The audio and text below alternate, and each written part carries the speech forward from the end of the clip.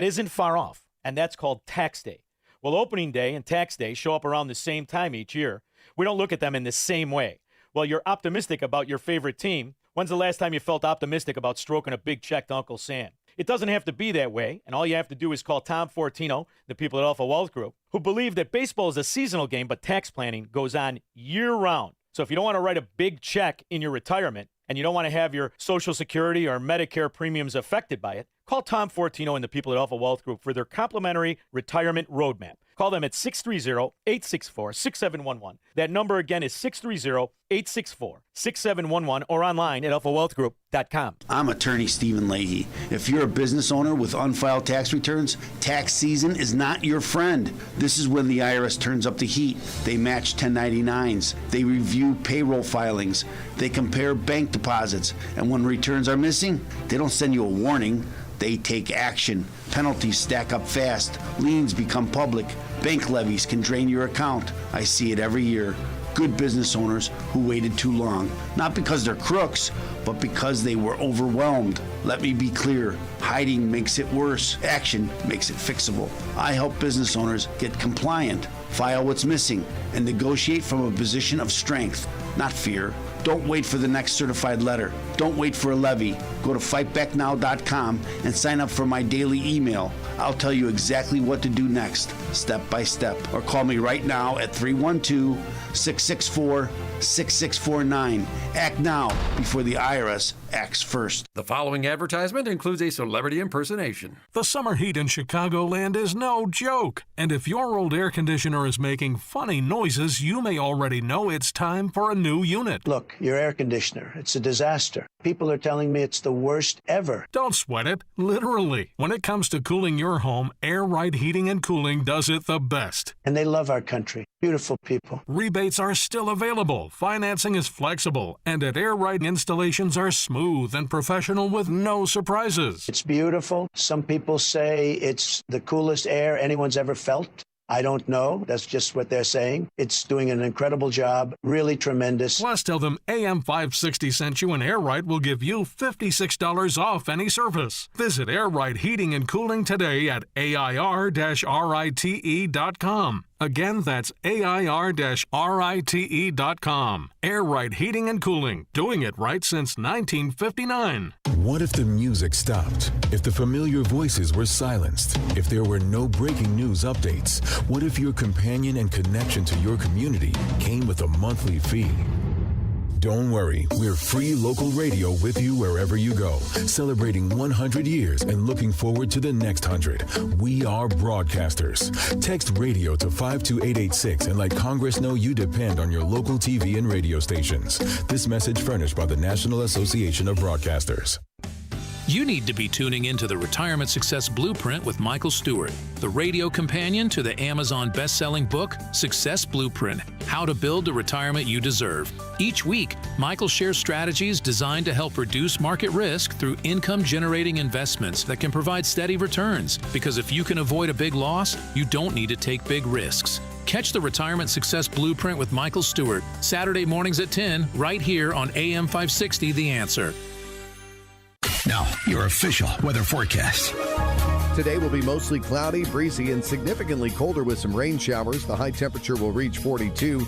Tonight, expect cloudy skies with continued breezy conditions, along with a few showers and the possibility of a thunderstorm. Watch out for ponding on streets and highways. The low temperature will be 39. I'm meteorologist Jason Caterina on AM 560, The Answer. Get the latest weather, traffic, and news updates online at 560theanswer.com. Portions of the following show may be pre-recorded. Now, from the Signature Bank Studios, this is Chicago's Morning Answer with Dan Proft on AM 560. The Answer.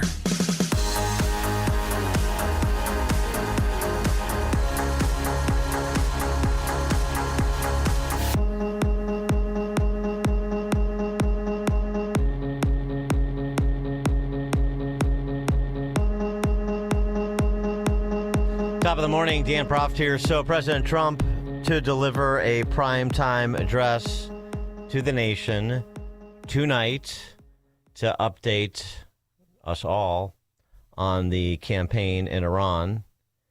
He sort of intimated, I think, some of what we're going to hear tonight in his back and forth with the D.C. press corps in the Oval Office yesterday, including a updated timeline for America's departure. The people understand it.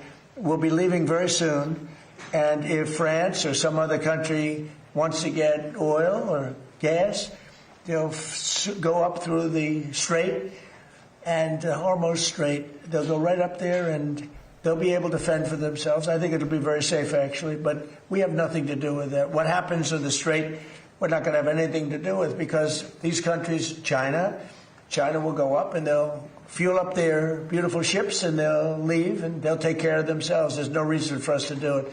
We hit them hard. We got rid of a lot of the radicalized lunatics along the Strait.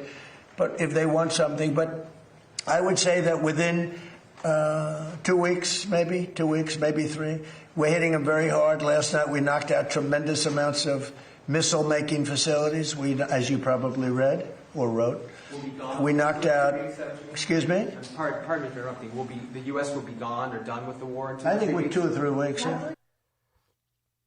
2 or 3 weeks, if everything goes swimmingly. Is that suffice for you? 312-642-5600 to give us a call or text. On the Strait in particular, something, again, I suspect you'll hear tonight, and perhaps less extemporaneous and more pre-planned rhetoric. All of those countries, this is Trump's post on Truth Social, all of those countries that can't get jet fuel because of the Strait of Hormuz, like the United Kingdom, which refused to get involved in the decapitation of Iran, I have a suggestion for you. Nice setup. Go pound it. No, that's not what he said. I have a suggestion for you. Number one, buy from the U.S. We have plenty. Number two, build up some delayed courage. Go to the Strait and just take it. You'll have to start learning how to fight for yourself. The USA won't be there to help you anymore, just like you weren't there for us. Iran has been essentially decimated. The hard part is done. Go get your oil. Go get your own oil. Okay. Yeah. It's clear the president is pivoting here to say essentially what he has been saying intermittently over the last few weeks, which is we have accomplished our objectives, or we're nearing accomplishing our objectives. 3 weeks, and we will have. The regime has been decapitated.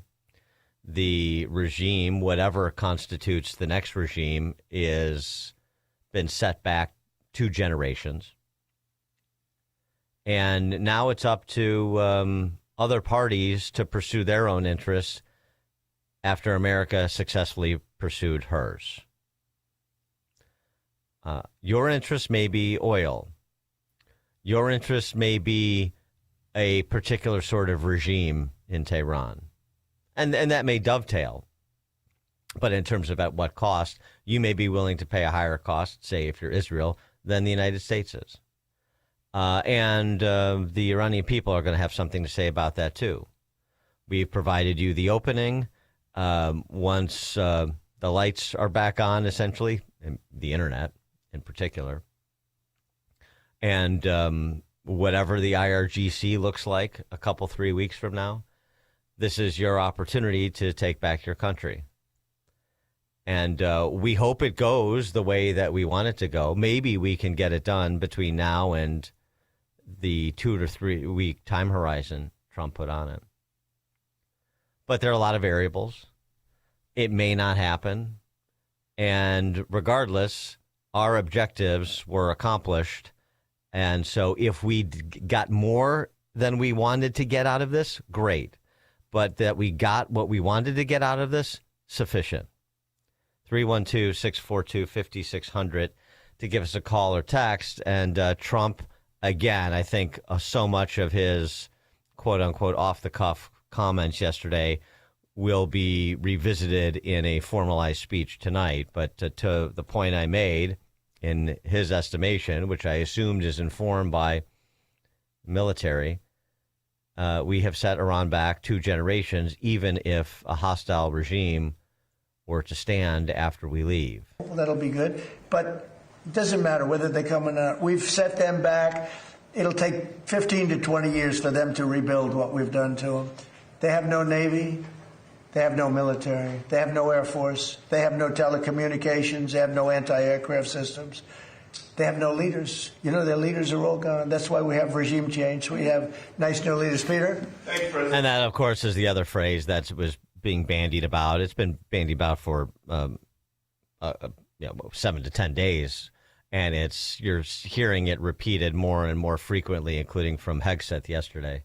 Regime change has been achieved, and I think it's a generous characterization, to be generous about the generous characterization, to suggest that those who are gone were, radical Shia clerics, and those who are left are more professional because we have some sort of stilted dialogue going on, perhaps facilitated by third parties, including the Turks and the Pakistanis. But the idea that they're professionals now in charge and not Islamo-fascists, I find difficult to believe. But that's Trump's characterization. Regardless, the regime has been decapitated. And a lot of the reports coming out of Iran, with the D.C. press corps filters avoided, suggest that what remains, including the paramilitary arm, the IRGC, is in chaos right now. So, to some extent, you can credibly make the claim that regime change has taken place. Now, that doesn't mean we'll get the regime we want, and it doesn't mean we'll get one friendly to the United States. But again, we've provided the openings in pursuit of our objectives, which we have nearly achieved, and we expect to have fully achieved in 2 to 3 weeks. That's my read. Anthony and Joliet, you're on Chicago's Morning Answer. Hi, thanks for taking my call. I think the whole effort has been masterful by Trump. The only thing I don't appreciate is telegraphing the plan, when we're going to stop, when we're going to pull out. From a military planning perspective, I don't think it's a good idea to tell the world and your enemies, what you're about to do. Other than that, I think it's been masterful. I agree. Thanks for the call, Anthony. Well, there's 2 things to that. One is Trump may have something different in mind depending on what contingencies come to pass. 2 or 3 weeks. Something happened. Now it's not 2 or 3 weeks. He put Iran on a 10-day clock that turned out to be a 7-day clock before the strike started, right? So just because he's saying something that so many people want to hear, particularly in MAGA world, particularly some of the more neo-isolationist in inclination, doesn't mean that's a hard line that he has drawn. 2 or 3 weeks. We can just wait him out. Well, maybe not. We'll see what happens. We have, but I mean, the core point here, whether it's, the other point I should hasten to add, we talked about yesterday, he does have some War Powers Act caps that he's potentially bumping up against. You got a 60-day cap to act unilaterally without Congress, and then an additional 30 days for withdrawal. So, there's definitely some wiggle room there in terms of those restrictions. But I'm just saying that's probably part of what is being contemplated in addition to the politics and the economics and the domestic politics, economics, and geopolitics of it all. But yeah, don't think that he won't pivot if he sees an opportunity to get more than we desire to get. If it's presented, we'll take it. If it doesn't happen, we still achieved what we set out to achieve, as we have articulated time and again, despite all of this. It's unclear, speaking out of both sides of his mouth. Nobody knows what the objectives are. Nobody knows what the plan is. Really. Has this struck you as a mission over the last 5 weeks that was haphazardly thrown together? Not me. I mean, again, the reason that the United States military is the one institution that still enjoys popular support across the political spectrum is because, number one, they put their lives on the lines for our country. And number two, they're good at what they do. Really good at what they do. And, competence is not something we get to talk about in a positive way with respect to federal government very much. Craig in Schaumburg. Hey, Dan. Not an April Fool. I just want to really applaud everything that Trump is doing. And yesterday afternoon, I heard a pollster, one of the four that have accurately diagnosed Trump throughout his political life from 2016 on. And what they pointed out is that Trump has never been without this range of plus or minus 50% by 5 points.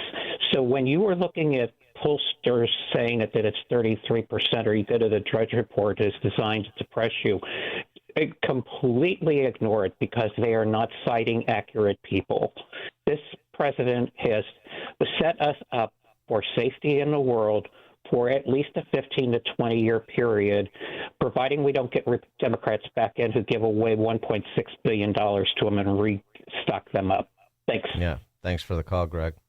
Brian in Riverside texting in, what about nuclear capacity of Iran? Has it been eliminated? Good question. We'll pick it up on the other side. You hear from Marco Rubio, too. He was on Hannity last night on some of those topics, just restating what the objectives are and where we stand vis-a-vis those objectives. That's at 5:38. Now we check the headlines. Good morning, 38 degrees in Chicago and AM 560 The Answer. I'm John Cruz in the QC Kinetics newsroom. Clouds with off and on showers and storms, a high today 47. President Trump set to address the nation tonight. White House Press Secretary Caroline Leavitt said on X the address, set for 8 p.m. Central, will, quote, provide an important update on Iran. Trump spoke on Tuesday saying he thought the war could end in 2 to 3 weeks. A teen now charged after a teen takeover in Chicago's Hyde Park neighborhood. This happened Monday night when a large group of teens, over 500, were seen walking all over cars. Dozens of vehicles were damaged. Police say a 16-year-old was arrested and charged with unlawful possession of a weapon, disorderly conduct, and failure to obey police. And an Illinois legislator says the Bears are closer than people realize to a deal for a stadium in Arlington Heights. State Rep Cam Buckner says state leadership has been in constant talks with the team. Bears CEO Kevin Warren says Arlington Heights and Hammond are on the table, but Chicago is not. This report sponsored by Jewel Osco. Ham it up with Jewel Osco's hot deals. Get Cook's or Hormel spiral sliced hams at just 99 cents a pound. Plus, Cook's smoked shank portion hams are only 69 cents a pound. All hams are limit one with $25 purchase. A check of your weather coming up in 2 minutes on AM 560 The Answer. Larry Elder sees the president blazing a trail. The Iranians hold a chokehold because people are afraid they're going to build a nuke. We haven't stopped them. Venezuela has a thug that's run the country into the ground. We put up with it in our own hemisphere. Same thing with Cuba, and there's nothing we can do about it. Trump has walked in and said no, no, and no. That's what President Trump has done. The Larry Elder Show. Weeknights at 8, right before Sean Hannity at 10 on AM 560. The Answer. If you've saved $100,000 or more for retirement, call Steve Shyman today at 833-945-7283. That's 833-WILL-SAVE, 833-WILL-SAVE. Schedule your no-cost, no-obligation retirement review and make sure your plan is built to protect what you've worked so hard to earn. And don't forget to listen to Steve's show, Protecting Your Assets, Saturday mornings at 8 a.m. right here on AM 560. Call now, 833-945-7283. If your investments are in a 401k or an IRA, then listen carefully. You spent 30, maybe 40 years building your retirement. The question is, are you about to watch it take a hit you can't recover from? Military escalation in Iran, tariffs and legal chaos, the U.S. dollar under pressure it hasn't seen in years. History is clear. When this much uncertainty hits at once, the investors who moved into gold and silver first came out ahead. Right now, Advantage Gold is offering a free gold investment kit and a free copy of economist Ken Rogoff's powerful new book, Our Dollar, Your Problem. Call Advantage Gold now at 800-900-8000. Thousands of Americans have already rolled over a portion of their 401k or IRA into physical gold and silver, completely tax and penalty free through Advantage Gold. Don't wait for the next surge to wish you had moved sooner. Results vary. Consult your financial advisor before investing. Call Advantage Gold at 800-900-8000. That's 800-900-8000. Finding great candidates to hire can be like, well, trying to find a needle in a haystack, but not with ZipRecruiter. Its powerful technology actively finds and invites qualified candidates to apply to your job. So while other companies might deliver a lot of hay, ZipRecruiter finds you the needle in the haystack. See why 4 out of 5 employers who post a job on ZipRecruiter get a quality candidate within the first day. Try ZipRecruiter for free at ZipRecruiter.com/free. That's ZipRecruiter.com/free. ZipRecruiter. File with TurboTax on Intuit Credit Karma. They help you get your biggest refund, and then they help you do more with it. Start filing today in the Credit Karma app. Now, your official weather forecast. Today will be mostly cloudy, breezy, and much colder with a bit of rain. The high will reach 42 degrees. Tonight, expect cloudy skies and breezy conditions with a couple of showers and a thunderstorm possible. There is a chance of ponding on streets and highways with a low of 39 degrees. I'm meteorologist Jason Caterina on AM 560, The Answer. Get the latest weather, traffic, and news updates online at 560theanswer.com. Now, from the Signature Bank Studios. Only the biggest stories, only the biggest guests, and only the biggest opinions. This is AM 560, The Answer. Top of the morning, Dan Proft here. We're talking about and previewing Trump's address to the nation tonight on the state of the preemptory, de-escalatory, retaliatory, preemptive de-escalation strikes.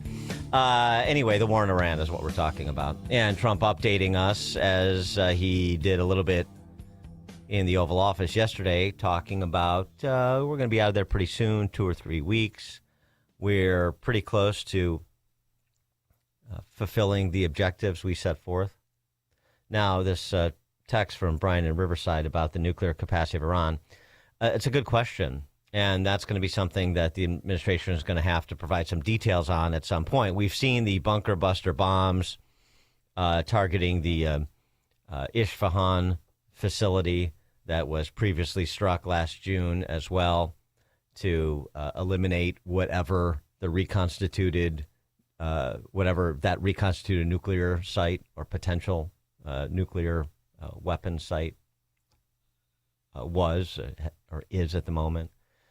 But it's unclear. You know, we haven't got anything from Admiral Brad Cooper or the administration in terms of what the bombing campaigns with specific respect to the nuclear development sites, what they have achieved. We've also had discussions previously that will have to be updated on sites like Pickaxe Mountain, which is like a strategic command for the nuclear program deep, buried deep inside this mountain in Iran. And it's a question of whether or not even our biggest, most devastating bombs can penetrate to destroy that facility. Talk earlier in the campaign about whether or not that would require, for example, special forces, which, by the way, have been scrambled and are in theater. So there's that, too. Just because he's projecting that this is winding down doesn't mean there isn't more hairy times to come between now and whenever Trump decides to pull the plug. 312-642-5600 to give us a call or text on the topic. So, I mean, and the other piece of this, too, where we talked about the enriched uranium, the 60% enriched uranium, which has no purpose for power generation. It's strictly for the purpose of getting to 90% enriched uranium for the additional purpose of putting it on a bomb. But that enriched uranium, are we still going to go take it? Oh, and what does that look like? Is that another special forces mission? And of course, I don't expect him to disclose, hey, where are you going to use special forces and when? I'm not going to be one of the DC press corps dilettantes who asks silly questions like that. I'm just saying these are known unknowns, if you will, at this point. And at some point, we'll have to get an update, probably on those matters, more of an after-action report than anything because of the sensitive nature of what we're discussing. Marco Rubio yesterday did a little prepared 90-second riff to restate these objectives we keep talking about. Let's talk about them very concretely. Here are the 4 objectives we set forth when we initiated these strikes against Iran. And we're very close to achieving them. And before we leave, we will have achieved them. This is the Secretary of State. Many Americans are asking, why did the United States have to attack Iran now? Well, let me explain. Iran wants to have nuclear weapons. Of that, there is zero doubt. If what they truly wanted, which is what they claim, is nuclear energy, well, they could have nuclear energy like all the other countries in the world have it. And that is you import the fuel and you build reactors above ground. That's not what Iran has done. They build their reactors and their facilities deep in mountains, away from the public glare, and they want to enrich that material. The same equipment that they could use to enrich material for energy, they could use to quickly enrich it to weapons grade. So it is clear that they've been offered every opportunity to have a nuclear program that allows them to have energy, not weapons, and every single time they have turned it down. But why the attack now? Well, what was Iran trying to do?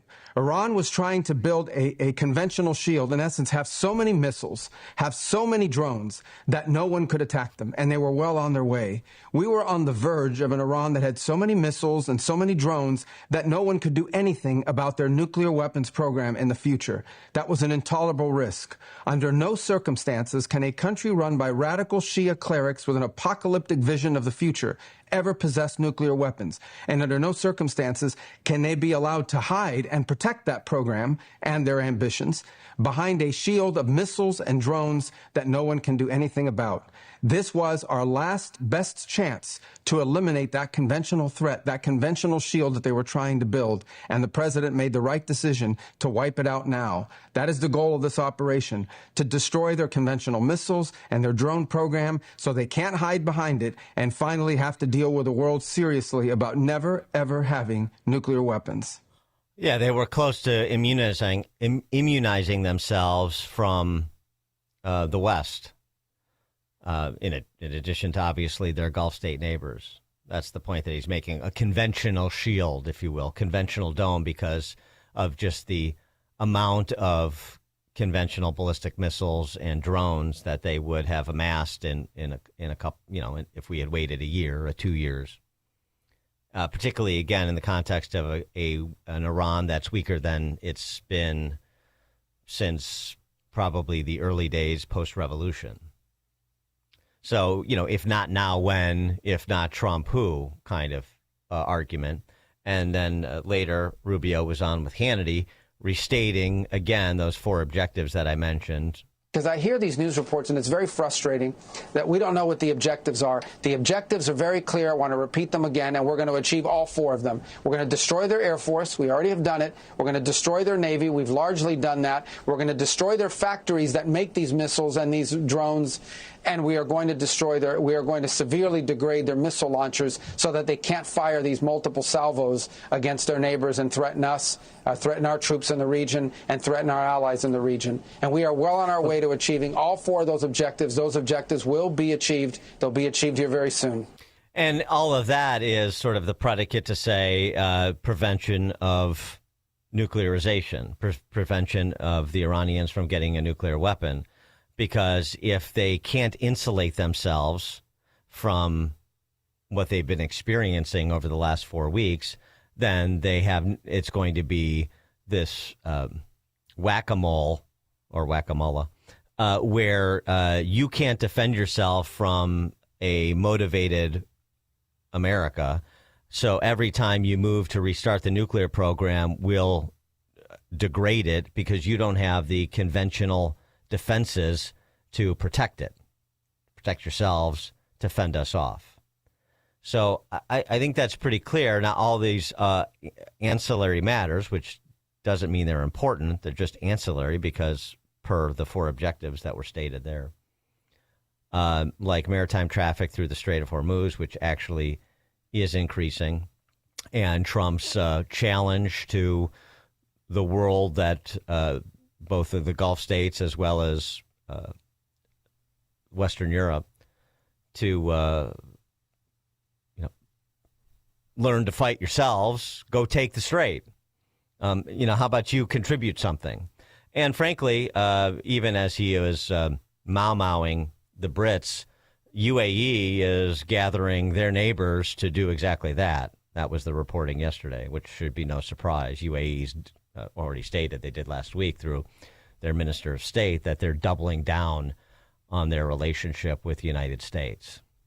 So, again, this is not to say there is not still danger afoot, and this is not to unfurl the mission accomplished banner, if you will. It's just to give an honest account of what the administration wanted to do, and that's not the first time those 4 objectives have been stated, despite the D.C. press corps' willful blindness and deafness. And where we are in furtherance of those objectives, and then a discussion about some of the complications, even if you do get a mission accomplished, what that region looks like after we leave, will opportunities be seized? I mean, there are some things that are beyond America's control, and if we've learned anything from those actual forever wars, we should have some humility about what we think we can do when it comes to the self-determination of foreign nations. And I think you're seeing Trump and this administration walking that tightrope very nicely, frankly, over the last 4 weeks. 312-642-5600 to give us a call or text. Paul, Campton Hills. Yeah, Dan. Trump said when he became president, we're going to be tired of winning. What does Trump like to do? He likes to win. The biggest win would be to attain that nuclear material.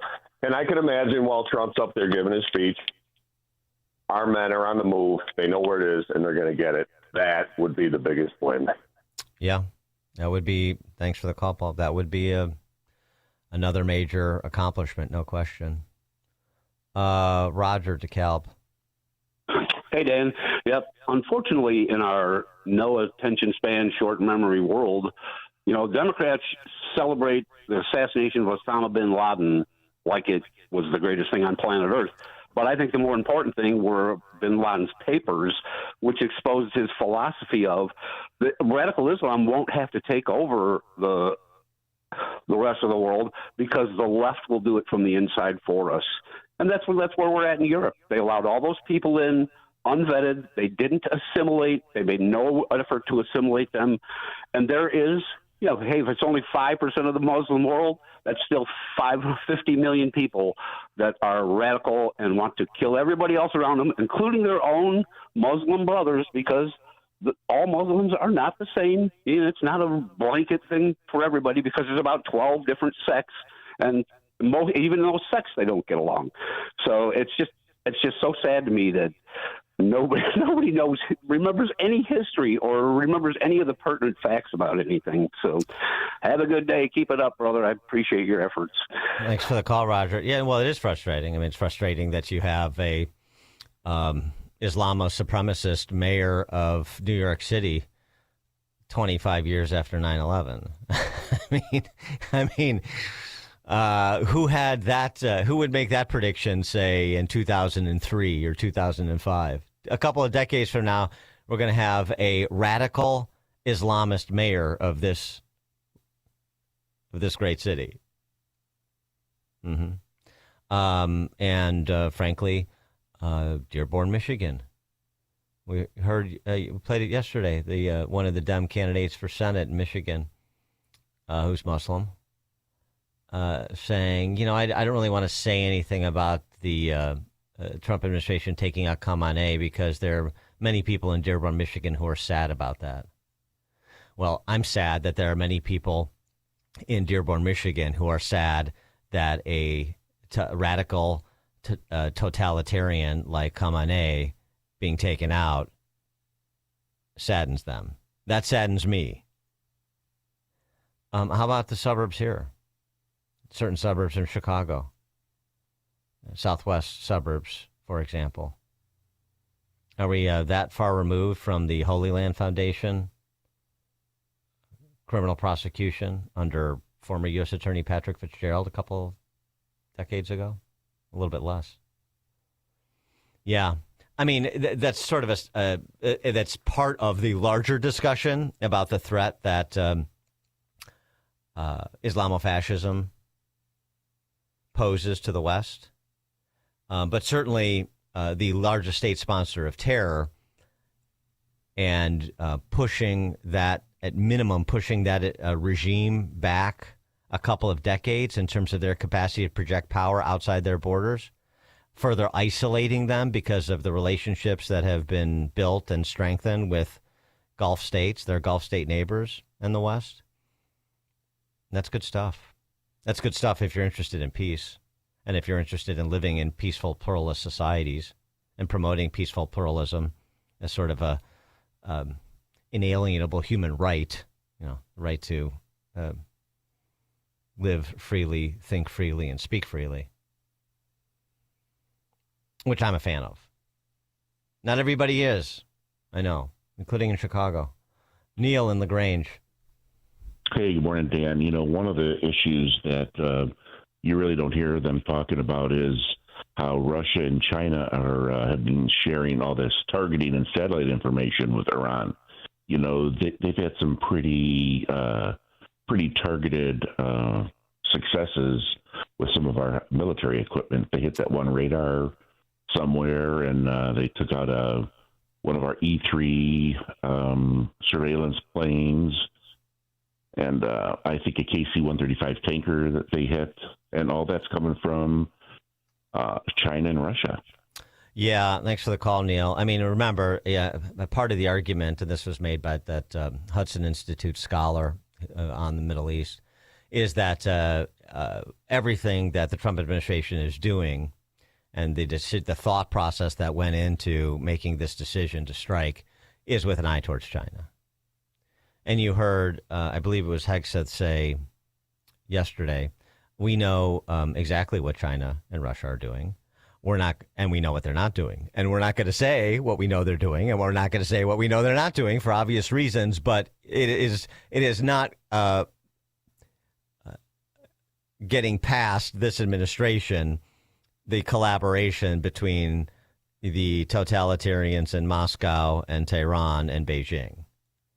And we'll talk to Gordon Chang at the bottom of the 6 o'clock hour more about China specifically, particularly with a May date on the calendar for Trump to ferry over to China to sit down with Xi.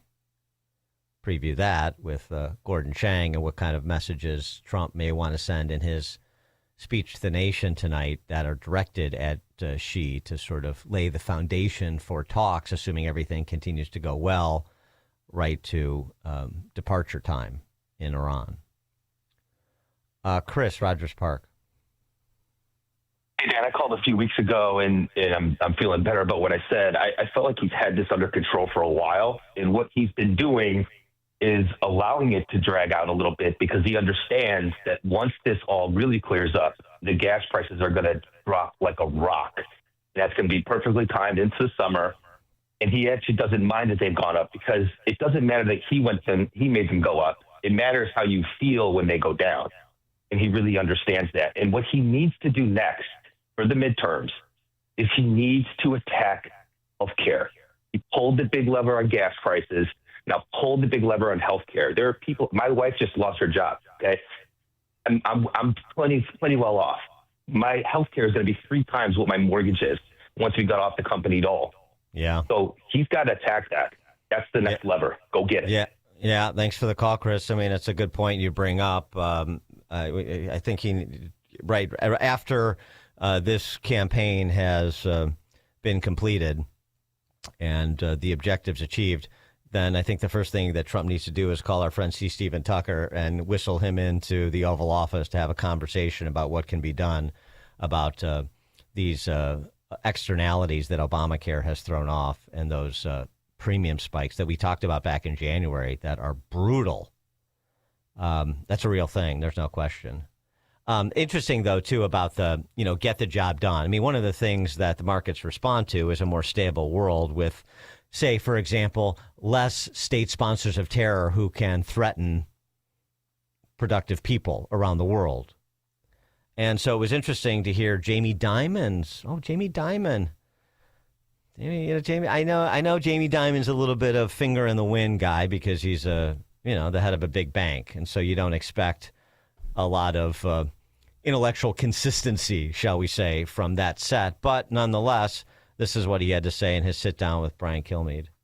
I think the market, look, the markets are unpredictable, and it's hard for me to tell you exactly what. But I think they're just looking at, is there a chance something can go wrong?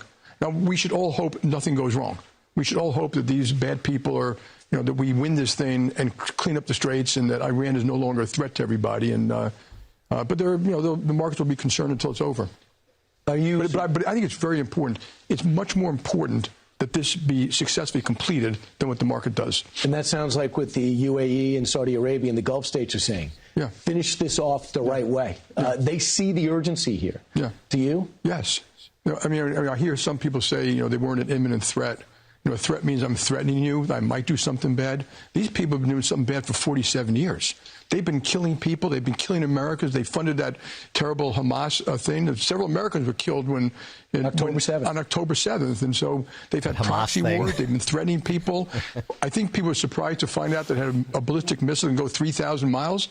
These are bad people. And yeah, that Hamas thing. The Hamas thing.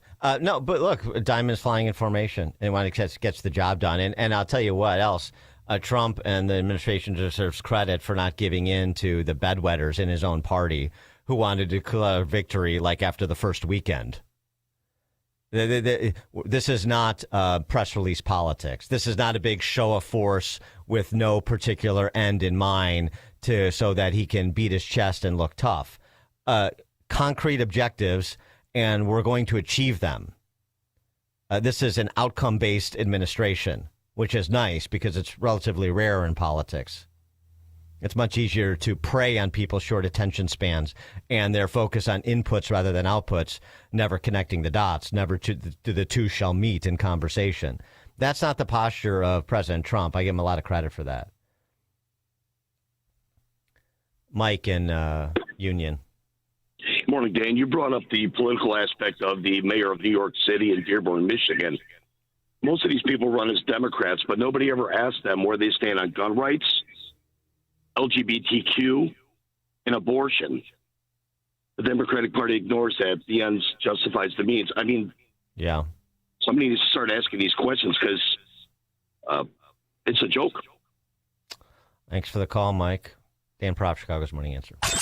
Before you see it on TV, share it on Facebook, or read about it in the paper. Hear it here first. This is Chicago's Morning Answer on AM 560. The Answer. Sign up for the AM 560 Answer Advantage to get early alerts on event ticket sales, special discounts, and contest opportunities. Sign up today at 560theanswer.com/advantage. AM 560, The Answer. All right, I think we have to update our sports and politics segment from yesterday on former Bull Jaden Ivey, because there have been more people who've weighed in on his comments, his mental health, and so on and so forth, as you would expect. So we'll update the situation with Jaden Ivey and with Tiger Woods, who's stepping away from golf. That's at 6:06. It's now 6 o'clock on AM 560 WIND Chicago. Who Who gets to be born an American citizen? I'm Chris Foster, Fox News. The Supreme Court hears arguments about that this morning, and President Trump says he'll be there for the hearing. Fox's Tanya J. Powers. The issue before the Supreme Court is whether President Trump's executive order that seeks to end birthright citizenship is legal or not. Lower courts have ruled that the action violates or likely violates the 14th Amendment.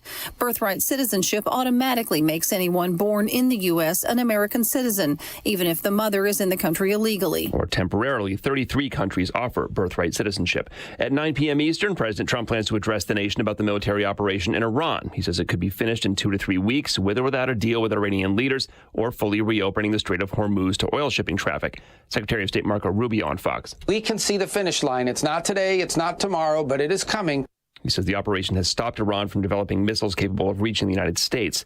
The president wants new requirements for mail-in ballots. An executive order directs federal agencies to create a national list of eligible voters in each state to verify vote-by-mail ballots. Cheating on mail-in voting is legendary. It's horrible what's going on. President Trump has long complained about voting by mail, alleging that it allows fraud, despite few cases of such.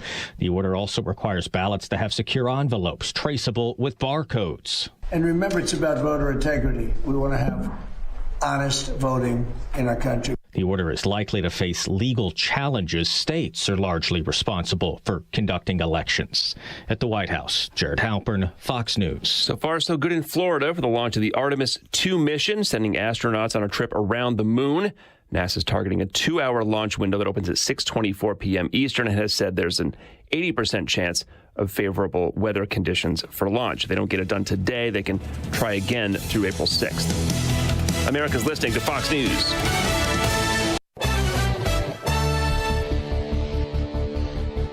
Good morning. 38 degrees in Chicago and AM 560 The Answer. I'm John Cruz in the QC Kinetics newsroom. A chilly start this morning. Have that coat handy. A 30% chance of rain off and on. High of 47. A man accused of shooting a Chicago police officer over the weekend on the city's south side. Menard Allison facing several felonies, including attempted murder. Police say Allison fired shots in the direction of a police officer on Saturday in the 6,000 block of South Green Street. The officer not hit and did not return fire. Allison taken into custody not long after that shooting. The man arrested after an attempted sexual assault in downtown Monday morning has been denied pretrial release.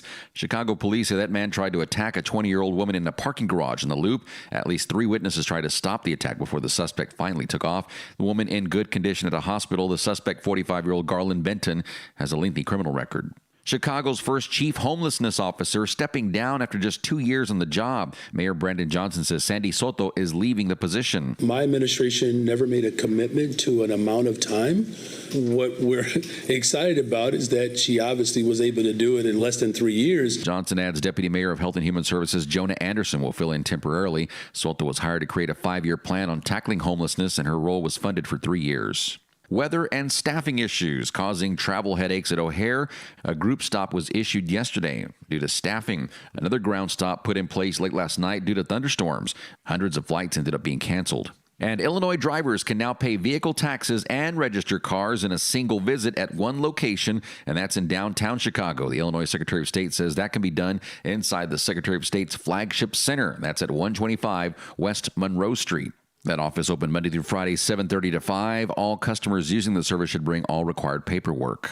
The support of service of the AM 560 Advantage. Membership has its privileges, including early access to event tickets, exclusive contest opportunities, and special members-only content. Join today at 560theanswer.com/join. A check of traffic coming up in 2 minutes on AM 560 The Answer. Hugh Hewitt is optimistic about negotiations. Not many people putting up their hand to replace Laranjani, I think. There was a period of time in the 80s when I was in the Reagan administration when the Soviet leader would keep dying. Brezhnev died. Then Andropov died. Then Chernenko died. Then we got Gorbachev. So maybe eventually we will get someone with whom President Trump can deal. The Hugh Hewitt Show. Afternoons at 2, right before Alex Marlowe at 3 on AM 560. The Answer. Gain insight into building strong marriages and raising godly children with Focus on the Family with Jim Daly each weekday at 11:30 a.m. on our sister station, AM 1160. Hope for your life. Hey, come here. You know the password? It's me, Vito, from Vito's Vault, Chicago's new Roaring 20s dinner theater speakeasy. Give the password at the door, and you'll be transported back to 1929. You get a delicious dinner, bootleg hooch, followed by a 90-minute vaudeville-style show with dancing dolls and hilarious comedy bits. It's great for date night, birthdays, anniversaries, retirements, bachelorette parties, corporate parties, any kind of party. You'll have a bang-up time. So come join me and my gang of mugs and dolls at Vito's Vault. For tickets, go to vitosvault.com. Your beloved dog and a stranger are both drowning. You can only save one. Who do you save?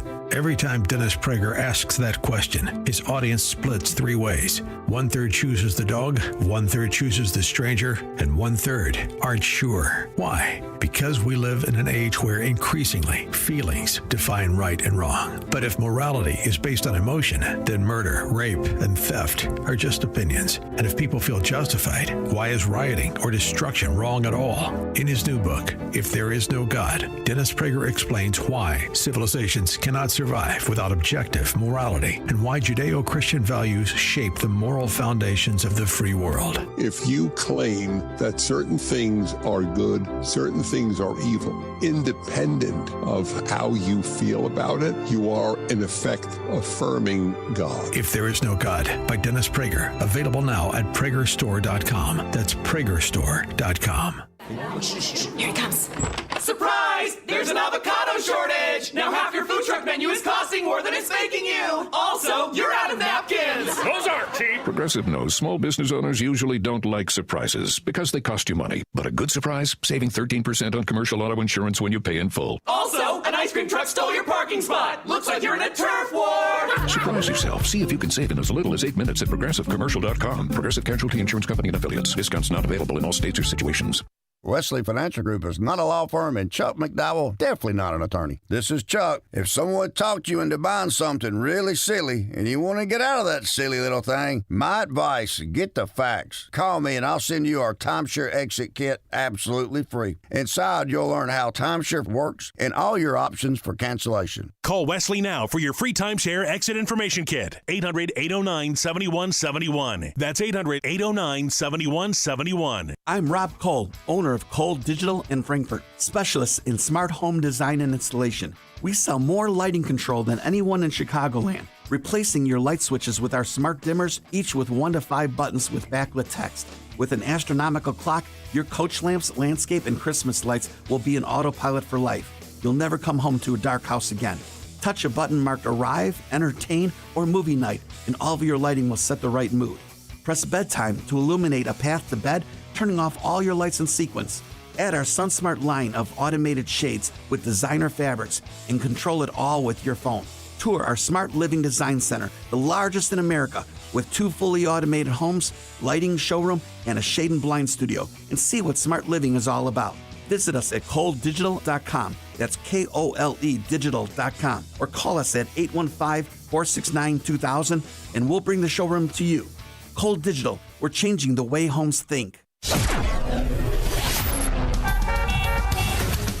Taking a look at the roads from the Team Hochberg Traffic Center, I'm Sue Aller. 14 minutes both ways on the Edens from Lake Cook to Montrose, 18 in, 21 out on the Kennedy from O'Hare to the Byrne Interchange. Stop and go already on the northbound tri-state between the Reagan Memorial and the Ike. You've got 13 minutes both ways on the Ike from Wolf to the old post office. 25 in, 21 out on the Stevenson from Veterans Memorial to Lakeshore, and the Dan Ryan is 15 minutes inbound from 95th to the Byrne Interchange. Outbound is 11, already busy northbound Lakeshore Drive between Bryn Mawr Avenue and Hollywood Avenue, and we're shut down because of construction starting today in Willow Springs on Archer Avenue. That's Route 171 both ways between 95th Street and Willow Springs Road. This report is a service of the AM 560 mobile app. Listen to AM 560 on your smartphone or mobile device when you download the AM 560 mobile app at 560theanswer.com/mobile. Chicago's Morning Answer continues next, but now the latest forecast from the Air Right Heating and Cooling Weather Center. Today will be mostly cloudy, breezy, and significantly colder with some rain showers. The high temperature will reach 42.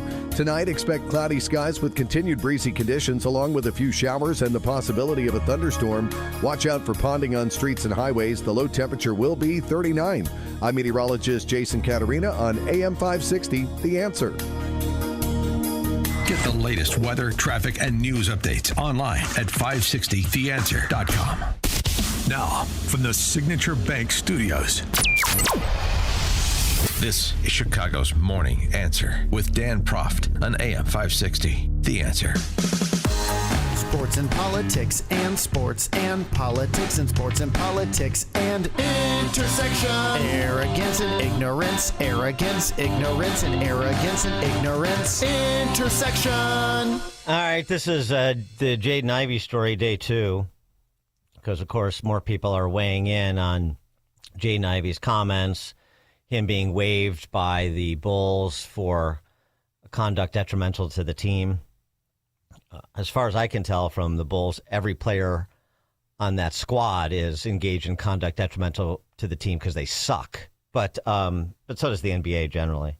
You know, I was just thinking about this because I've got something that David Howe said, and I guess he's a score broadcaster now, right? He used to write for the Tribune. I remember that.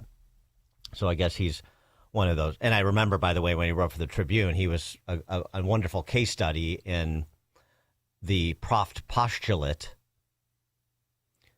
The sports press corps is an adjunct of the political press corps.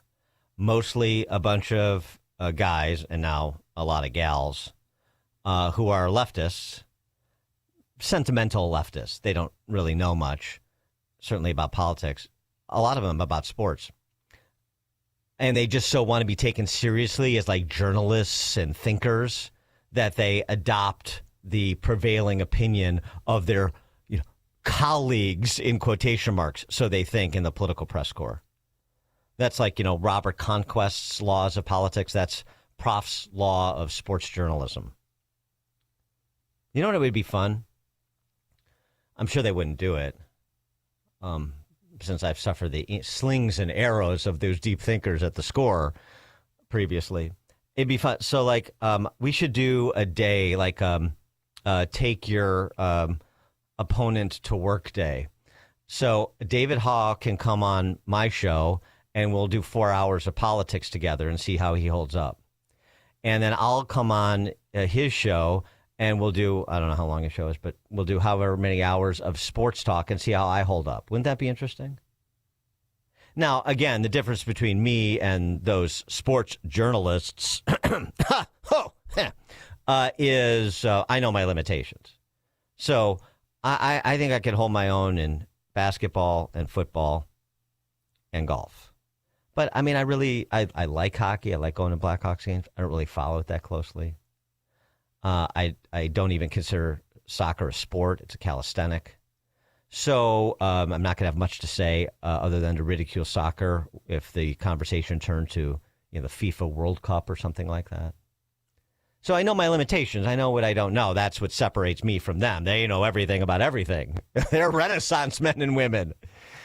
Happy to repeat something they heard from Margaret Brennan on Sunday to make them look like they're and sound like they're informed and have original thoughts. Anyway, that's a perfect lead-in to, David Haw. So Jaden Ivey has said a bunch of things. We played his comments yesterday about not wanting to support go along with, Pride Month in the NBA. Feels like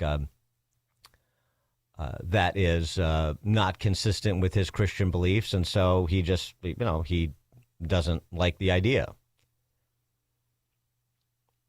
He said a bunch of things, too, about his conversion. And, this could be a case. I mean, I'm give some latitude here, but this could be the case where, the old saying that converts make the greatest zealots. That, he's come to this conversion, has Jaden Ivey.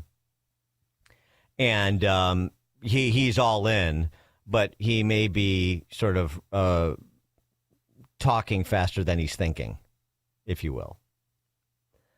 Among other things, he said, before I came to the Lord Jesus Christ, the NBA was everything to me.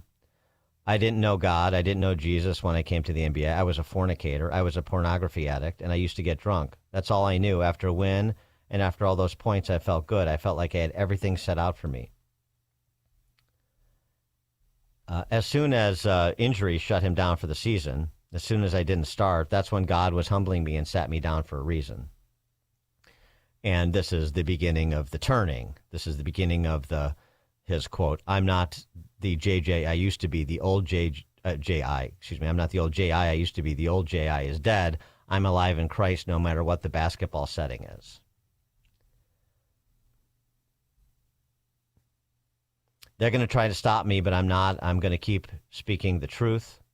That's why everybody around me turning their back on me because of my faith. I didn't get myself waived. I was in the gym today. I was rehabbing, lifting, and doing what was required of me in my job.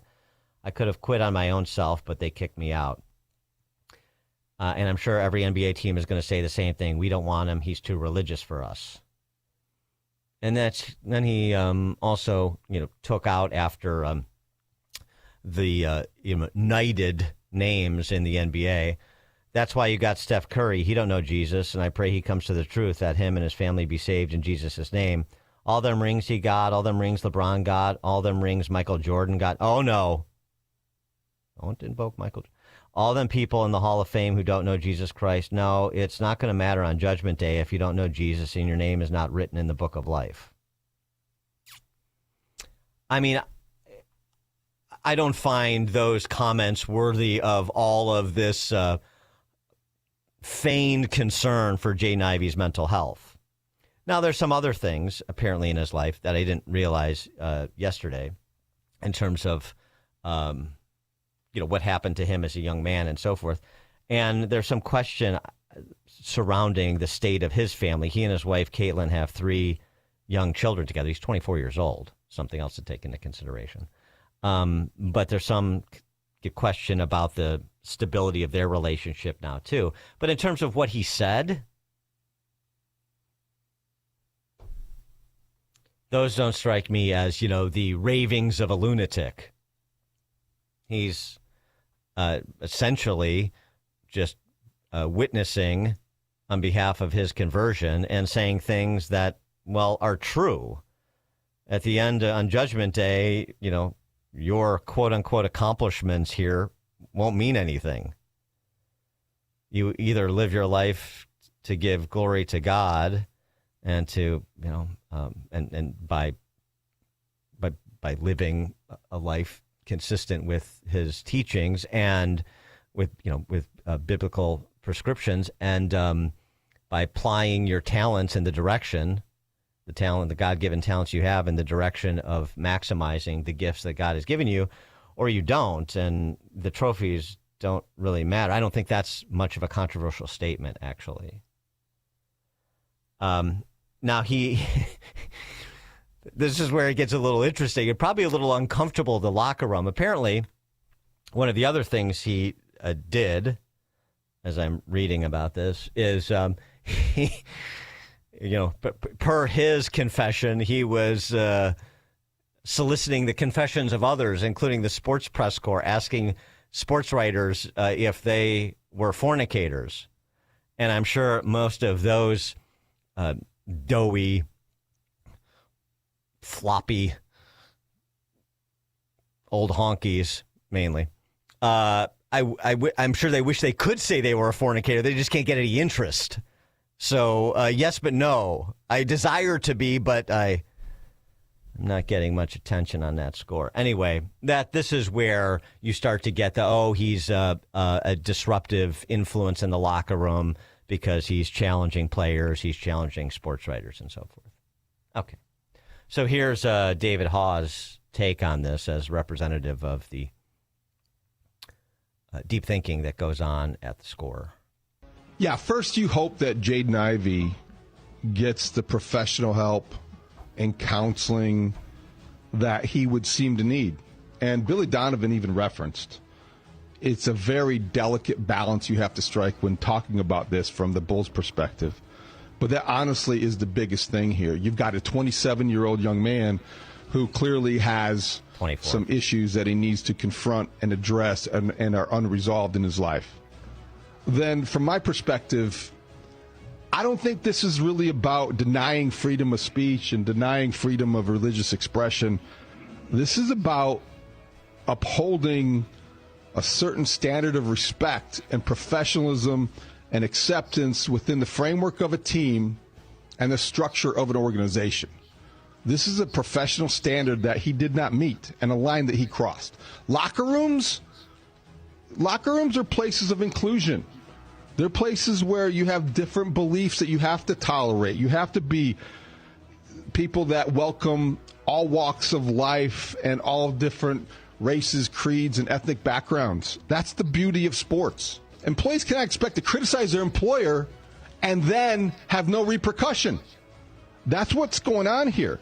Whether it's the NBA, Odyssey, a radio station, wherever you work, a Fortune 500 company, you can't say what he said about your employer and expect to be no repercussion. Now, they waived him rather than suspended him, and that may have to do with his value to them. Well, that's part of it, too, and isn't it? He was here for he played in 4 games. He wasn't here for 4 years. The criteria and the threshold might be different if a player means more to an organization. That's also just the way it goes. Well, of course. He didn't mean as much to the Bulls because he hadn't been here long enough to prove what his value was or to prove anything, frankly. So it's a reasonable expectation, I believe, professionally. It's a privilege to play in the NBA. It's not a right, but with that privilege comes conditions that he did not meet. You cannot go scorched earth on the league and expect to have nothing happen. It's a sad story, but he definitely wrote his own ending. Well, I mean, I agree with David Haw in the sense that, you don't have unlimited free speech rights vis-a-vis your employer. Sure, we've talked about that. Many settings, right. If I go on rants against Salem Radio or AM 560, I'm sure I'm going to get a talking to. So there's standards of decorum and professionalism and so forth. But is the NBA his employer or the Chicago Bulls? I didn't see where he went after the Chicago Bulls. Yeah, he disagreed with the NBA Pride Month business. But is that even going after? Is that even going after your employer?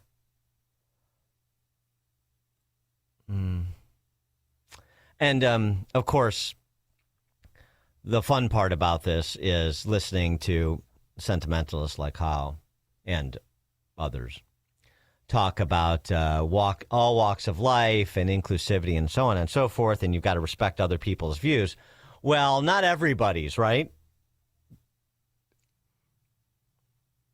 You don't have to respect everybody's views.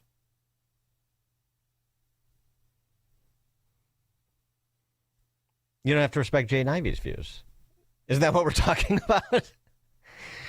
I mean, are they so far afield? Is he calling for violence, or is he calling for, something that is beyond the pale? No, I don't think so. Again, I mean, the Bulls are within their rights to waive him. The NBA is within their rights to fine him.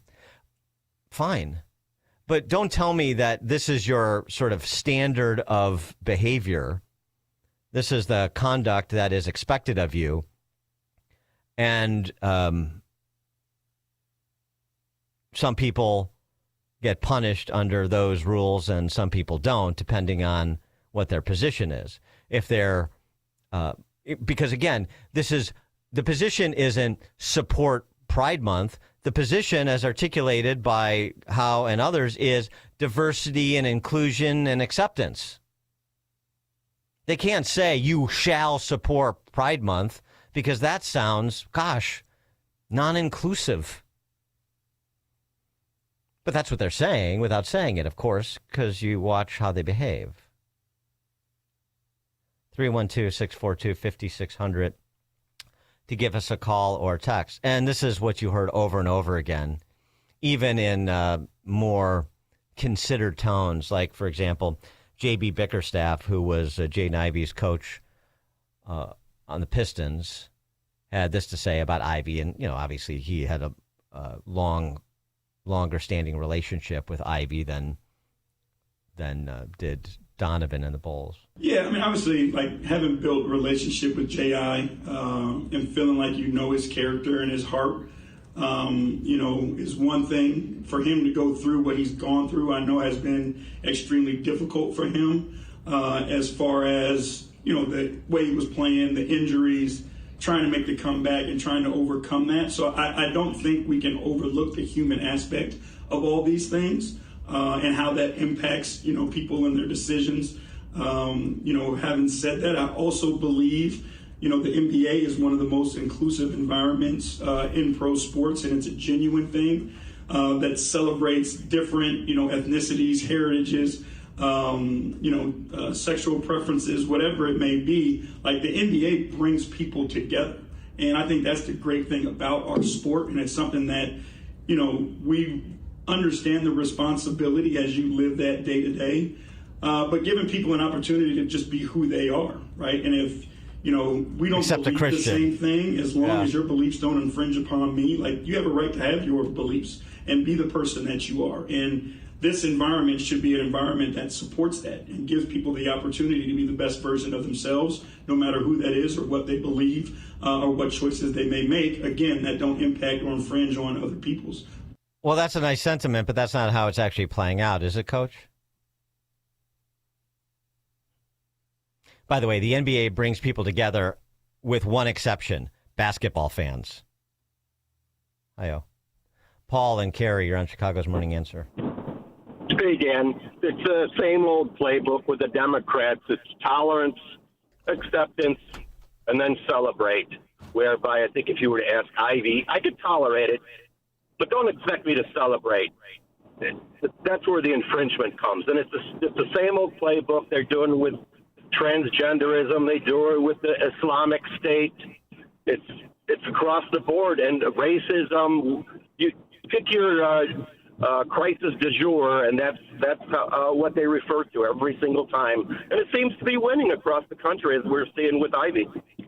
Thanks for the call. Yeah, you listen to those, the dulcet tones of that sentimental blather, like from Bickerstaff, and it just eats away at your brainstem, apparently, or at least some people's.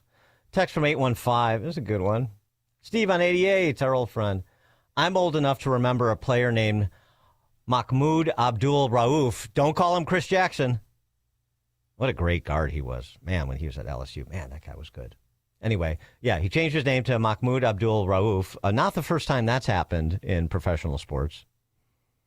Bobby Moore, Ahmad Rashad, Lou Alcindor, I believe, Kareem Abdul-Jabbar, and so forth. But anyway, I'm old enough to remember a player named Mahmoud Abdul Rauf who refused to stand for the national anthem or face the flag for the national anthem in the NBA. Sure, and that was before it was cool to do that in the era of Black Lives Matter. Yes, right. Well, that's something. Well, we have to be inclusive, and that's his personal views, and did that create any friction in the locker room? Was he being a disruptive force? Well, part of this too, Howe said it, and that this is true, is if Jaden Ivey was scoring 20 points a game and dishing out a handful of assists, then the standard of tolerance for his contrarian views would be much different. Because for all the pieties you hear from coaches and front office guys and NBA commissioners and so on and so forth, at the end of the day, the bottom line is the bottom line for most of them. Almost all, I would argue. Mike and Hammond. Hey, Dan, thanks for taking my call. The NBA is such an accepting league of everybody. Why isn't there a DEI or LGBTQ player on every team? There's none. Not that I know of. Is there? Thanks for the call, Mike. No, it's a great point. It's a disgusting meritocracy that is rooted in the evils of capitalism, which, of course, is rooted in white supremacy. It's remarkable that LeBron can even tolerate being in the league. Steve Kerr, Greg Popovich, so many others. I know Popovich isn't the coach anymore, but anyway. I mean, it's, this is, the funny thing is, once upon a time, this stuff would be parodied and the punchlines would be obvious to everyone. Now, I'm not even sure that this episode of Seinfeld would have aired. You don't want to wear an AIDS ribbon? No. But you have to wear an AIDS ribbon. I have to? Yes. Yeah, see, that's why I don't want to. But everyone wears the ribbon. You must wear the ribbon. What you are? You're a ribbon bully. Hey, you, come back here! Come back here and put this on! Hey, where's your ribbon? Oh, I don't wear them. You don't wear the ribbon? Aren't you against AIDS? Yeah, I'm against AIDS. I mean, I'm walking, aren't I? Just don't wear the ribbon. Who do you think you are? Put the ribbon on. Hey, Cedric, Bob, this guy won't wear a ribbon. Who? Who doesn't want to wear the ribbon? So, what's it going to be? Are you going to wear the ribbon? No, never. But I'm wearing the ribbon. He's wearing the ribbon. We are all wearing the ribbon. So why aren't you going to wear the ribbon? This is America. I don't have to wear anything I don't want to wear. What are we going to do with him? I guess we're just going to have to teach him to wear the ribbon.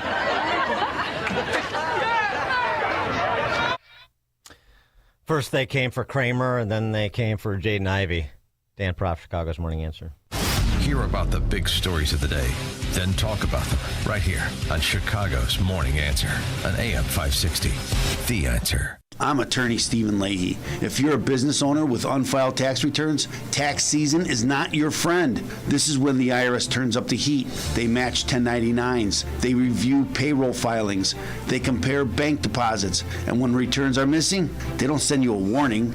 They take action. Penalties stack up fast. Liens become public.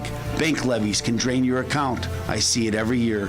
Good business owners who waited too long. Not because they're crooks, but because they were overwhelmed. Let me be clear. Hiding makes it worse. Action makes it fixable. I help business owners get compliant, file what's missing, and negotiate from a position of strength, not fear. Don't wait for the next certified letter. Don't wait for a levy. Go to fightbacknow.com and sign up for my daily email. I'll tell you exactly what to do next, step by step. Or call me right now at 312-664-6649. Act now before the IRS acts first. Wesley Financial Group is not a law firm. I'm Chuck McDowell, founder of Wesley Financial Group. Did you buy a timeshare because they told you it was a great investment? That's a lie. Most timeshares can be bought online for $1. To find out what your timeshare is worth and to cancel it, call us today and we'll send you our timeshare exit kit free with all your options for cancellation. Call Wesley for your free exit info guide. 800-885-3333. That's 800-885-3333. Welcome back to Ask Hassleus. What's happening in Metro right now? Whoa, your low talking reminds me of way too low pricing at Hassleus Mattress. Are they really low? How low? Our 35 beds from the top 5 brands start at $293. If you're inquiring about a free box spring with the purchase of any Sealy Posturepedic or Beautyrest mattress, employee-free showrooms, and free next-day delivery, the answer is yes. Holy cow! Find an employee-free showroom near you at Hassleus.com. AM 560. The Answer. All right, coming up at 6:36, Gordon Chang joins us to talk about the Trump campaign in Iran, combined American-Israeli campaign in Iran, let's be accurate, and the impact that will have on China's economy and what it portends for that May sit-down between President Trump and dictator Xi. All that with Gordon Chang at 6:36. Good morning, 37 degrees in Chicago on AM 560 The Answer. I'm John Cruz in the QC Kinetics newsroom. A blustery start, passing showers and storms today will be in the 40s much of the day. President Trump signing an executive order to place eligibility restrictions on mail-in voting. Speaking on Tuesday, Trump said cheating on mail-in voting, quote, is legendary. The order will require the Secretary of Homeland Security to create a list of verified U.S. citizens who are eligible to vote in each state. A man is dead after a workplace accident in West Suburban Carroll Stream. Fire officials say this happened yesterday at S&S International on St. Paul Boulevard when an employee was trying to load a large metal spool onto a flatbed truck using an overhead crane. The crane gave way, causing the spool to fall on the victim. He was pronounced dead at the scene. And Cook County health officials warning the public about a possible measles exposure. The Department of Health saying a person visiting multiple locations last week while contagious with measles, including O'Hare and Fresh Farms and Marshalls and Niles. Health officials working to notify anybody who may have been exposed. There's report a service of Salem Surround, a local digital marketing agency providing high-performing digital solutions to surround your target audience. Go to surroundchicago.com. Check out the roads coming up in 2 minutes on AM 560, The Answer. Larry Elder sees the president blazing a trail. The Iranians hold a chokehold because people are afraid they're going to build a nuke. We haven't stopped them. Venezuela has a thug that's run the country into the ground. We put up with it in our own hemisphere. Same thing with Cuba, and there's nothing we can do about it. Trump has walked in and said no, no, and no. That's what President Trump has done. The Larry Elder Show. Weeknights at 8, right before Sean Hannity at 10 on AM 560. The Answer. Your home or business has storm damage and you have an insurance claim. Call Crosscom. Crosscom Construction and Public Adjusters. Today, insurance companies are notorious for offering way too little money to repair damage to your home or commercial building due to wind, hail, tornado, floods, or fire. Crosscom works for you, not the insurance company. As licensed adjusters, Crosscom will work to get you the money you deserve, the maximum payout. Call Crosscom. 630-871-5500. After they get you the fair insurance company result, Crosscom can start doing your repairs. Crosscom is a full construction and restoration company that will get your property back to its pre-loss condition, getting your life back to normal. Roof, siding, windows, doors, fire restoration, Crosscom does it all. Call Crosscom. Licensed in Chicagoland, Northwest Indiana, and Wisconsin. This is Dan Lights with Crosscom. We share your conservative and Christian values. Let us handle everything. It all starts with a call. 630-871-5500. CrosscomPublicAdjusters.com. Platform safety is critical at your commercial and industrial facility.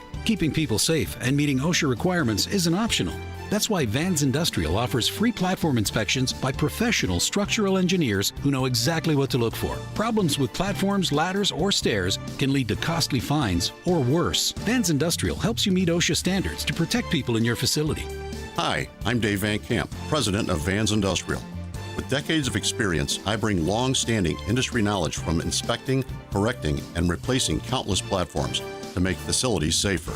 Vans Industrial is a specialty contractor equipped to modify or replace steel catwalks, handrails, stairways, and ladders. Our union building trades professionals fabricate and install high-quality steel systems that create safer work environments. Call 833-VANS-IND for a free platform inspection by professional structural engineers. See what else we can do for you. Visit vansindustrial.com. That's VANS Industrial.com. A sacred season is approaching, a time to remember God's deliverance, the night He brought His people out of bondage and into freedom, Passover. This year, many of God's people will observe Passover under the shadow of war. Across Israel, red alert sirens pierce the air. Families rush to shelters with just seconds to spare. The elderly fear they'll be left behind. Parents hold frightened children as explosions shake the night. Sleeplessness and uncertainty are now part of daily life there. But Passover reminds us that God hears the cries of His people and answers with love and compassion. That's why the International Fellowship of Christians and Jews is on the ground in Israel, providing food and emergency supplies, equipping bomb shelters, and caring for the elderly and Holocaust survivors, bringing comfort and safety to God's children. Join Christians around the world in praying for Israel during this sacred Passover season, asking God to bring protection, comfort, and peace to the Holy Land. Stand with Israel in prayer today by visiting supportifcj.org. That's supportifcj.org. Eggland's Best, the only eggs with more fresh and delicious taste, plus superior nutrition. Eggland's Best. Better taste, better nutrition, better eggs.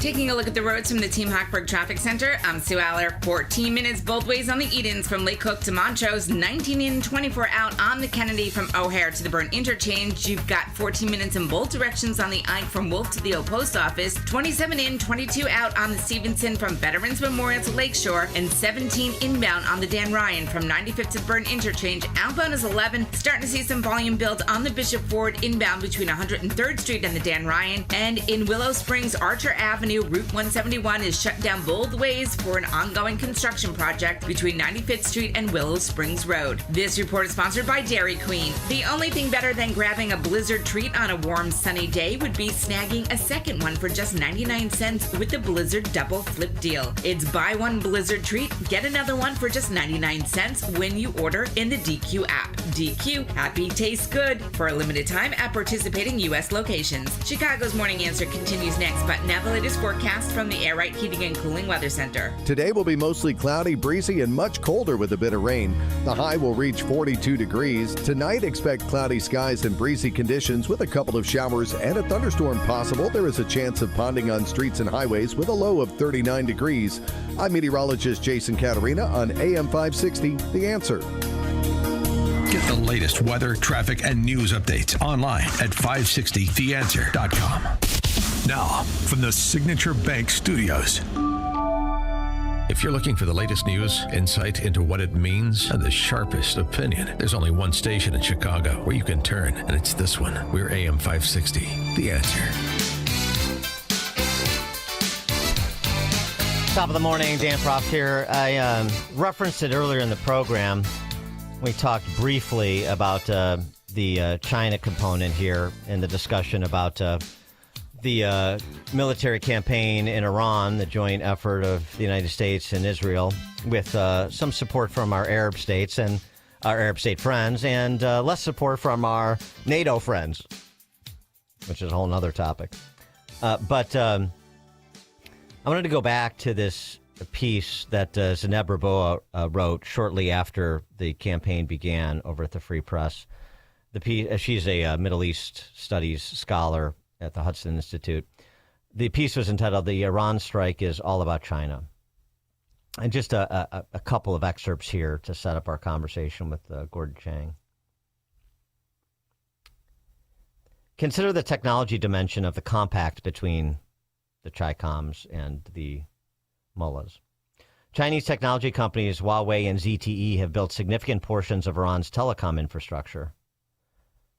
In 2010, for example, ZTE signed a $130 million contract to overlay a surveillance system onto Iran's state-managed telephone and internet networks.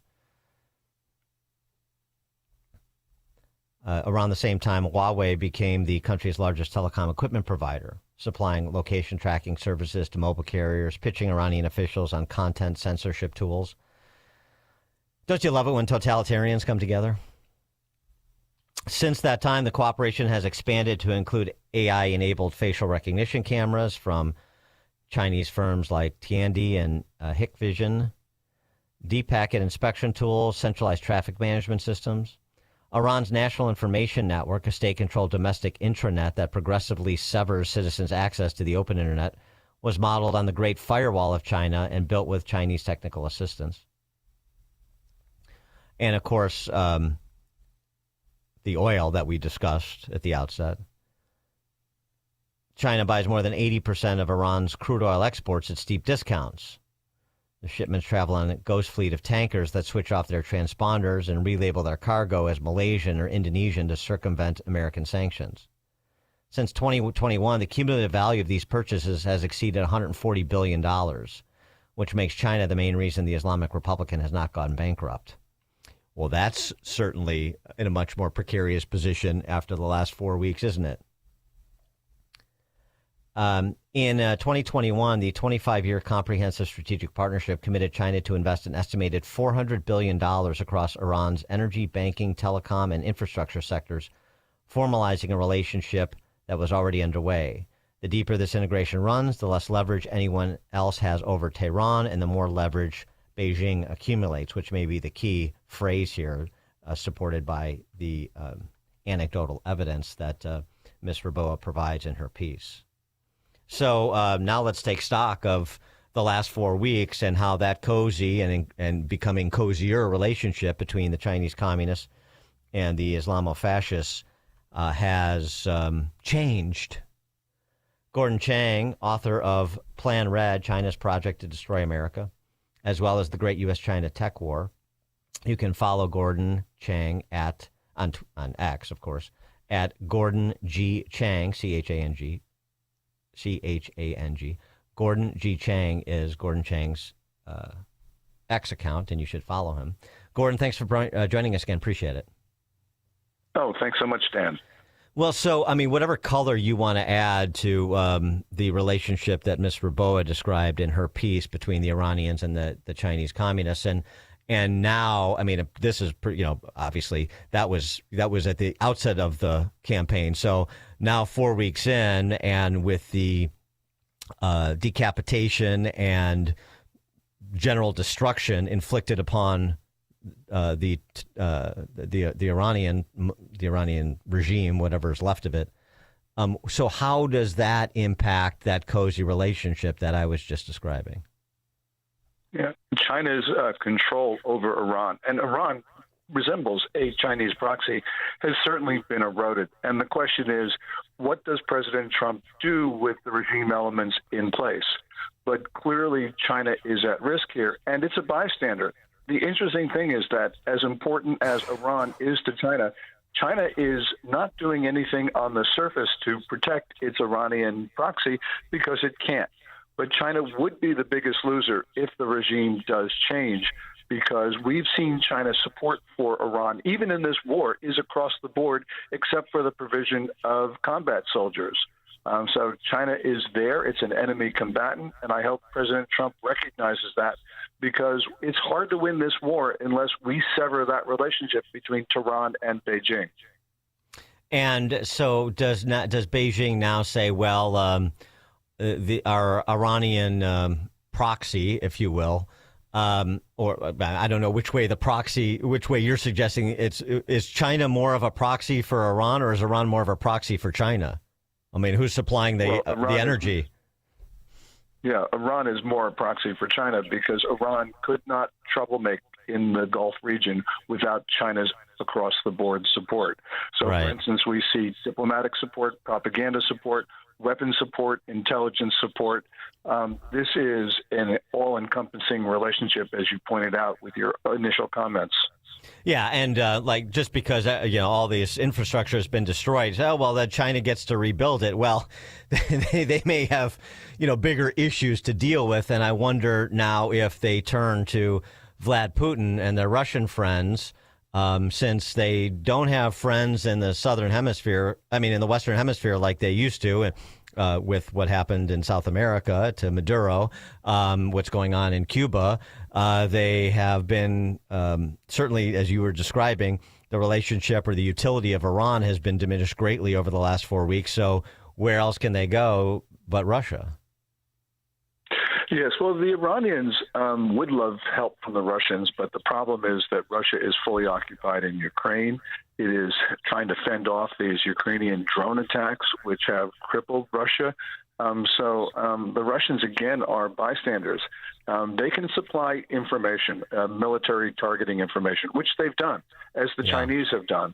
But that's about the limit of what Moscow can provide Tehran at this moment. Well, what about the Chinese communists relying on Russia for the oil they were getting from the Iranians? Yes, and gas, because right now you have 6 Chinese tankers are stuck in the Persian Gulf and can't get through the Strait of Hormuz. But what's important, Dan, is that on Friday, 3 Chinese container ships tried to get through the Strait of Hormuz out into the Indian Ocean. They were turned back. But on Monday of this week, they were allowed through. And so there seems to be something going on between the mullahs and Beijing right now that has allowed these Chinese ships to get through the Strait of Hormuz. So how does, assuming that we hew to the timeline that Trump mentioned yesterday, 2 to 3 weeks, and that we accomplish the 4 objectives that have been stated and restated numerous times by Marco Rubio and others, which is, with respect to their weapons capacity mainly, and not so much regime change or even control of the Strait of Hormuz. So how does that inform the sit down that Trump is going to have with Xi in the spring? What does that do for Trump's leverage over Xi and China? That's a great question, and the answer is depends what President Trump does. So, for instance, I don't understand why our ships can't get through the Strait of Hormuz, but China's can. So President Trump would have enormous leverage over the Chinese if he were to seize those Chinese ships that are transiting the Strait of Hormuz. We need to give China some incentive to help us on Iran. And right now, they don't have that incentive because they're getting their ships through that critical choke point. So this has to be, I believe, if you want to open up the Strait of Hormuz, as President Trump does, you have to close it down first, because if you don't do that, Iran's going to continue to make a lot of money by charging those ships $2 million per transit. Well, I mean, Trump said in a post on Truth Social yesterday about the Strait of Hormuz, I've got some suggestion for those countries. He specifically jawboning the Brits, but I think it's a general comment for countries that rely on oil passing through the strait in a way that America doesn't. Here's my first suggestion to you: buy American. Should that apply to China? Well, it should apply to China, but it won't until the United States give China some incentive to buy American. It has, in fact, severely restricted and cut down its purchases of American energy over the last 6-9 months. So China's getting what it wants. We have the power to stop it. We're not using that power. And to go back to your question, President Trump would have enormous leverage in his May meetings with Xi Jinping if he were to use American power to close down the strait to Chinese shipping. So, I mean, my sense is that if you're Xi, that you're not terribly worried. You're going to find the oil and gas you need from somewhere. So that doesn't pose it poses perhaps this what's happened in Iran poses a little bit of a hiccup for them, but not something that's fundamental. Do they mainly see Iran as just a chess piece? And so if that chess piece is taken off the board, I mean, we're still playing the game. It really doesn't materially change their behavior. It doesn't change their general strategy, but certainly they've had a lot of chess pieces taken off the board. So Venezuela, Cuba looks like it's going to be taken off the board, and of course Iran. But this actually does affect China in a fundamental way, because China is more trade dependent than it's ever been in its history. Actually, exports are the only way the Chinese economy can grow right now because of Xi Jinping's policies. He's now put his bet entirely on exports. When you have a world which is deglobalizing because of conflicts, trade is absolutely critical. So President Trump does have that leverage, and China can be affected in ways which could shake the regime. So this is really up to President Trump, whether he wants to use American power to achieve American ends, or whether he's going to let the Chinese run all over us. Well, I mean, something that he could do, as he's been doing over the last year plus, is, essentially erect trade barriers to Chinese goods. Now, that's going to hurt American consumers, too, but it could be short-term pain for long-term gain, which is sort of how he has used tariffs to this point. Yes, and that's certainly true. And the United States needs to move our supply chains out of China, which Xi Jinping actually is helping us, because he has been pressuring foreign companies, and they have started to reconsider their positions in China. So new investments, by and large, are bypassing China, and some people are actually removing some operations from China. But also, there's not only this push out of China by Xi, but as you point out, President Trump pulling companies with his tariffs and other measures, which are absolutely necessary, because China's been engaging in predatory and criminal trade practices that have affected Americans and American communities. We have a fentanyl problem because people don't have hope. People don't have hope because they don't have a job, and they don't have a job largely because of China's trade policies. The campaign in Iran, how does that factor into the calculus of Xi with respect to Taiwan? Does this really set back any sort of interest he has in the short term, at least under this president, in eyeing a Taiwan takeover? I think so. I think that Xi Jinping looks at Trump as unpredictable, And so, therefore, he does not want to try us on Taiwan or the Philippines or anything else. People have been saying that, and especially critics of Trump, saying that, the U.S. is bogged down in Iran. Xi Jinping can move on Taiwan. The problem for Xi Jinping is that he's decimated his own military with his relentless and intensifying purges. There's very little left at the top of the Chinese military to coordinate a campaign against Taiwan. But one thing, Dan, that we see, which is extremely worrying, is especially belligerent activity in the South China Sea against the Philippines at places like Scarborough Shoal. And one of those incidents clearly could end up in conflict. This is China not starting a war so much as China blundering into a war, because what they're doing is the type of incidents that can trigger conflict. Let me ask you a question about birthright citizenship, since Trump's executive order is being taken up by the court. Some of the investigative reports on birthright citizenship and effectively the abuses include a conversation about Chinese communists and, the favored persons of the regime in Beijing. Crazy stories about, billionaires surrogating 50, 70, 100 kids in the United States for the purpose of getting U.S. citizenship. That's just one example of the abuse, but how much does that issue, maybe combined with access to U.S. universities for Chinese Communist Party officials, how much do those issues, how much will they be on the table in May when Trump and Xi meet? How important are they to the Chinese Communist Party? Well, they're very important to the Chinese Communist Party, these surrogate machines that China has put in place. But what we're talking about here is, the 14th Amendment, and the question is what the Supreme Court will do about it. But clearly they're taking advantage of every point of contact with the United States. And these No Kings protests have been fueled by Chinese money and logistical support. So these are things that President Trump should be talking about because they are absolutely critical. China is fomenting violence on American streets, and we're not taking effective measures to stop them. That Naval Singman, who's abdicated the United States for China, a billionaire who funds a lot of these professional agitator groups, he's clearly, an ally of the party there. It's not like he's operating independently. They know him, he knows them, and he's serving their interests. That's what you're saying.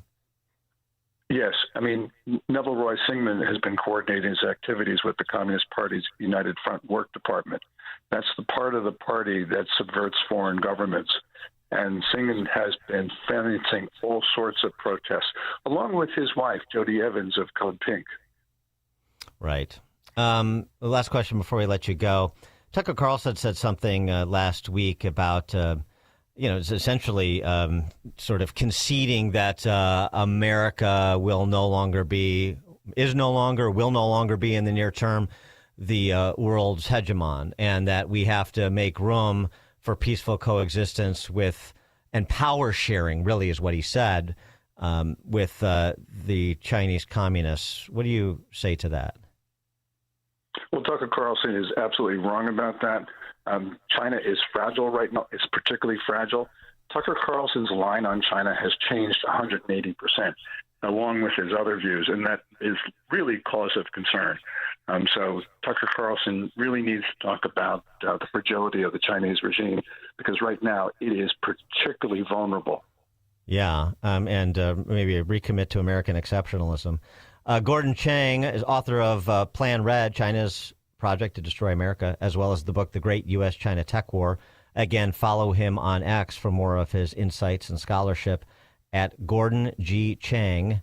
That's Gordon G. Chang on X. Gordon Chang, thank you as always. Appreciate it. Thank you so much, Dan. And Gordon Chang joined us on Chicago's Morning Answer. It's news, opinion, insight. This is Chicago's Morning Answer on AM 560. The Answer.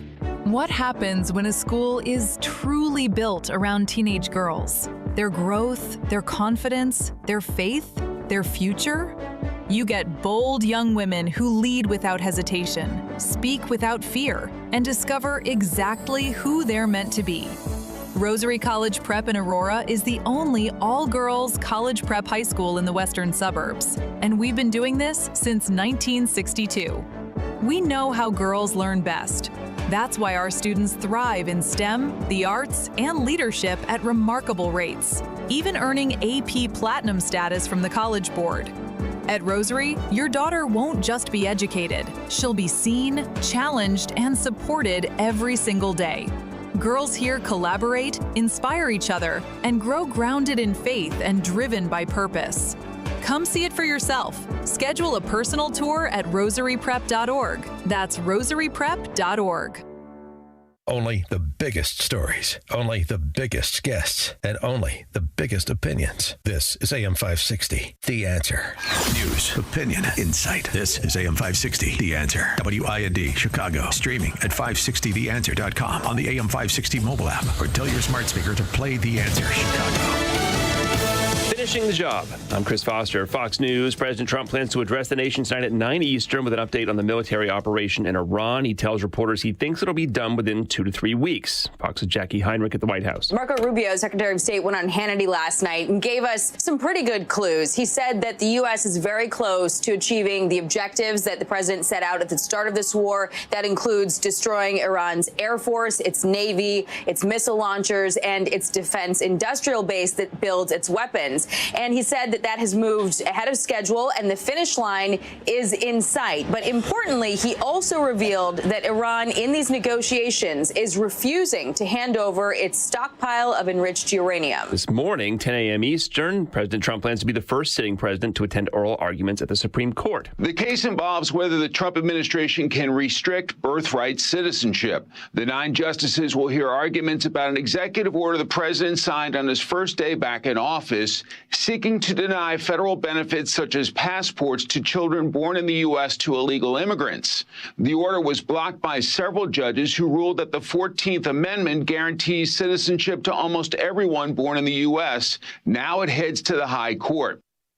It's Fox's Mike Emanuel in D.C. Iraqi government security forces are looking for a kidnapped American journalist. Freelance journalist Shelley Kittleson was abducted on Tuesday evening in Iraq's capital, Baghdad. Security forces gave chase with one of the kidnappers' cars overturning, leading to the arrest of a suspect. A State Department official says the detainee was someone with ties to an Iran-aligned militia. It's understood Kittleson had been warned by the U.S. government of threats against her, including as late as Monday night. Fox's Jonathan Savage. War Secretary Pete Hegseth lifts the Army's suspension for helicopter pilots who hovered near rapper Kid Rock's house in Tennessee while he saluted and waved. America's listening to Fox News.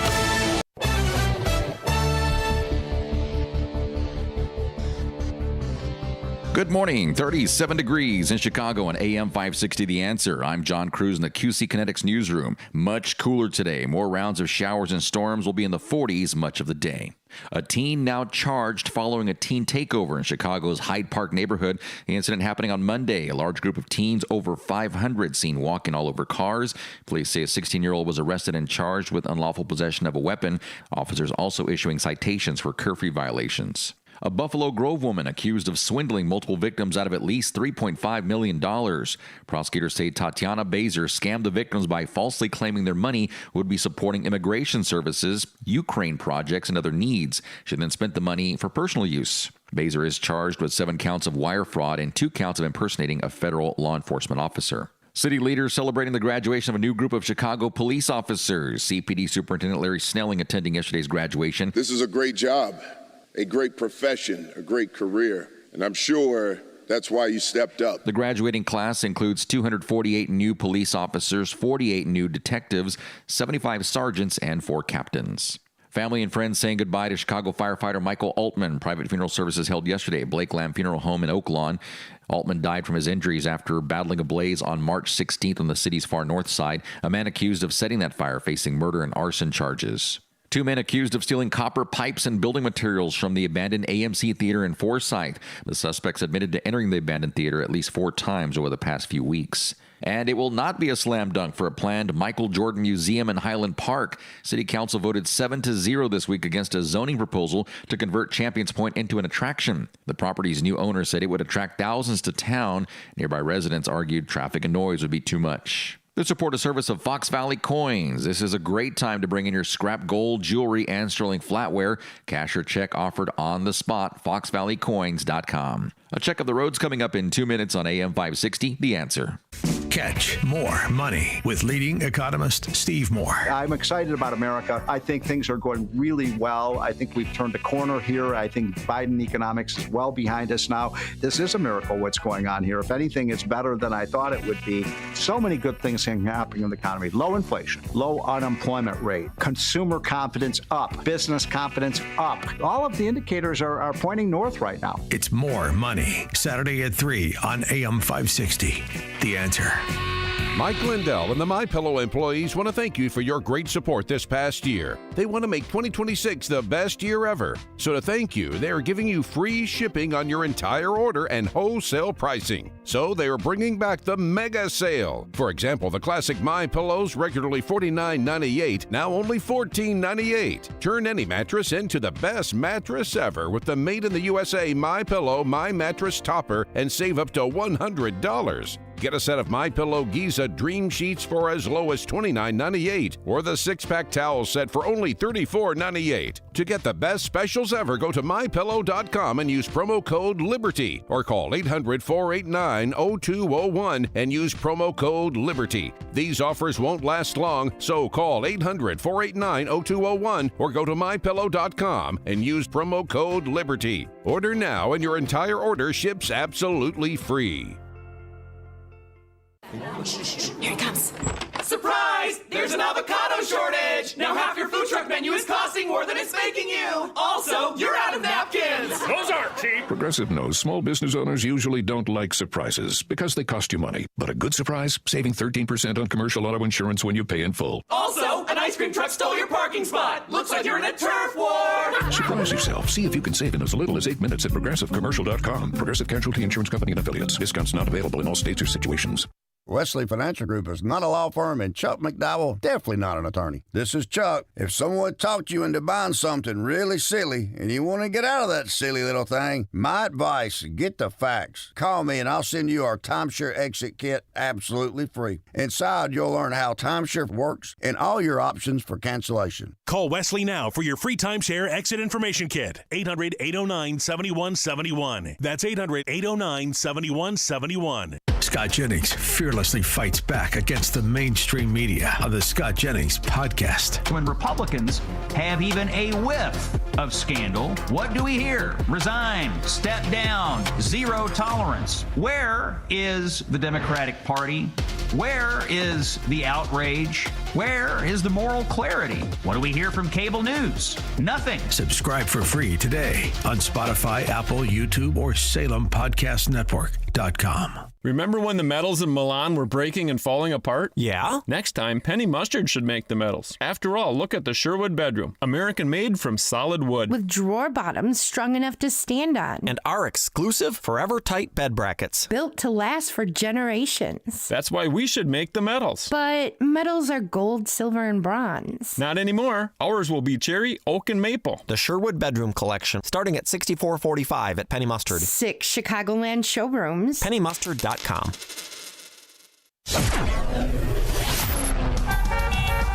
Taking a look at the roads from the Team Hackberg Traffic Center, I'm Sue Aller. 15 minutes both ways on the Edens from Lake Hook to Montrose, 27 in, 29 out on the Kennedy from O'Hare to the Byrne Interchange, 23 minutes inbound on the Ike from Wool to the Old Post Office, outbound is 19, you've got 36 inbound on the Stevenson, from Veterans Memorial to Lakeshore, outbound is 25, 20 in, 11 out on the Dan Ryan from 95th to the Byrne Interchange. Stop and go on the Bishop Ford inbound between Stony Island Feeder and the Dan Ryan. You're also hitting the brakes northbound on Lakeshore Drive between Soldier Field and Monroe Drive, and then more delays between Bryn Mawr Avenue and Hollywood Avenue. Very busy on the Jane Addams eastbound between Meacham Road and Route 53. Traveling on Route 53 northbound, that slows down between the Jane Addams and Kirchhoff Road. This report is a service of the AM 560 store. Order t-shirts, hoodies, and more from your favorite AM 560 brands, including Proft University and The Sean Thompson Show when you go to 560theanswer.com/store. Chicago's Morning Answer continues next. next. But now the latest forecast from the Air Right Heating and Cooling Weather Center. Today will be mostly cloudy, breezy, and much colder with a bit of rain. The high will reach 42 degrees. Tonight, expect cloudy skies and breezy conditions with a couple of showers and a thunderstorm possible. There is a chance of ponding on streets and highways with a low of 39 degrees. I'm meteorologist Jason Caterina on AM 560, The Answer. Get the latest weather, traffic, and news updates online at 560theanswer.com. Now, from the Signature Bank Studios, this is Chicago's Morning Answer with Dan Proft on AM 560, The Answer.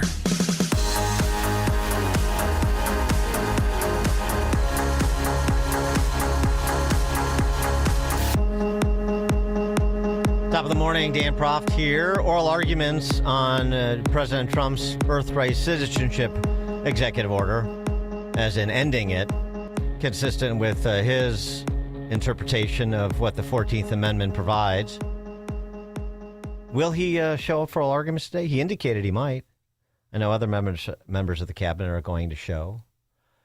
This is what President Trump had to say from the Oval Office yesterday about his EO and the case. And if you take a look at when it was filed, all of this legislation, all of this, everything having to do with birthright citizenship, it was at the end of the Civil War. The reason was it had to do with the babies of slaves and the protection of the babies of slaves.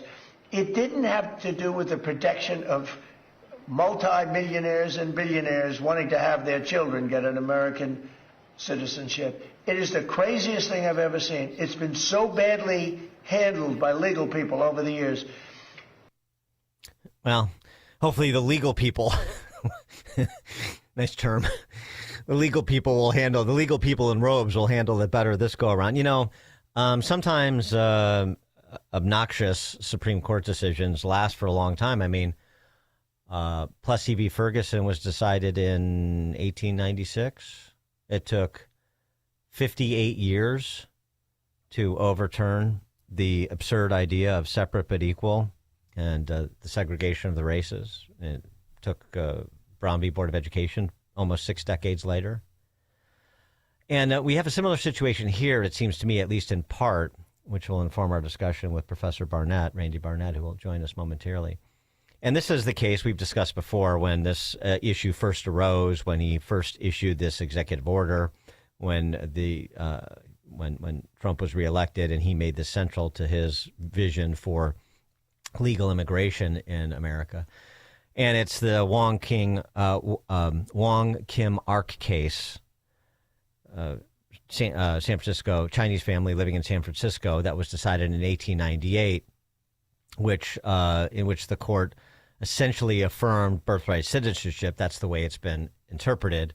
When Wong Kim Ark, born in this country to Chinese parents who were legally in San Francisco, even though they were not citizens, they were allowed to come and operate a business.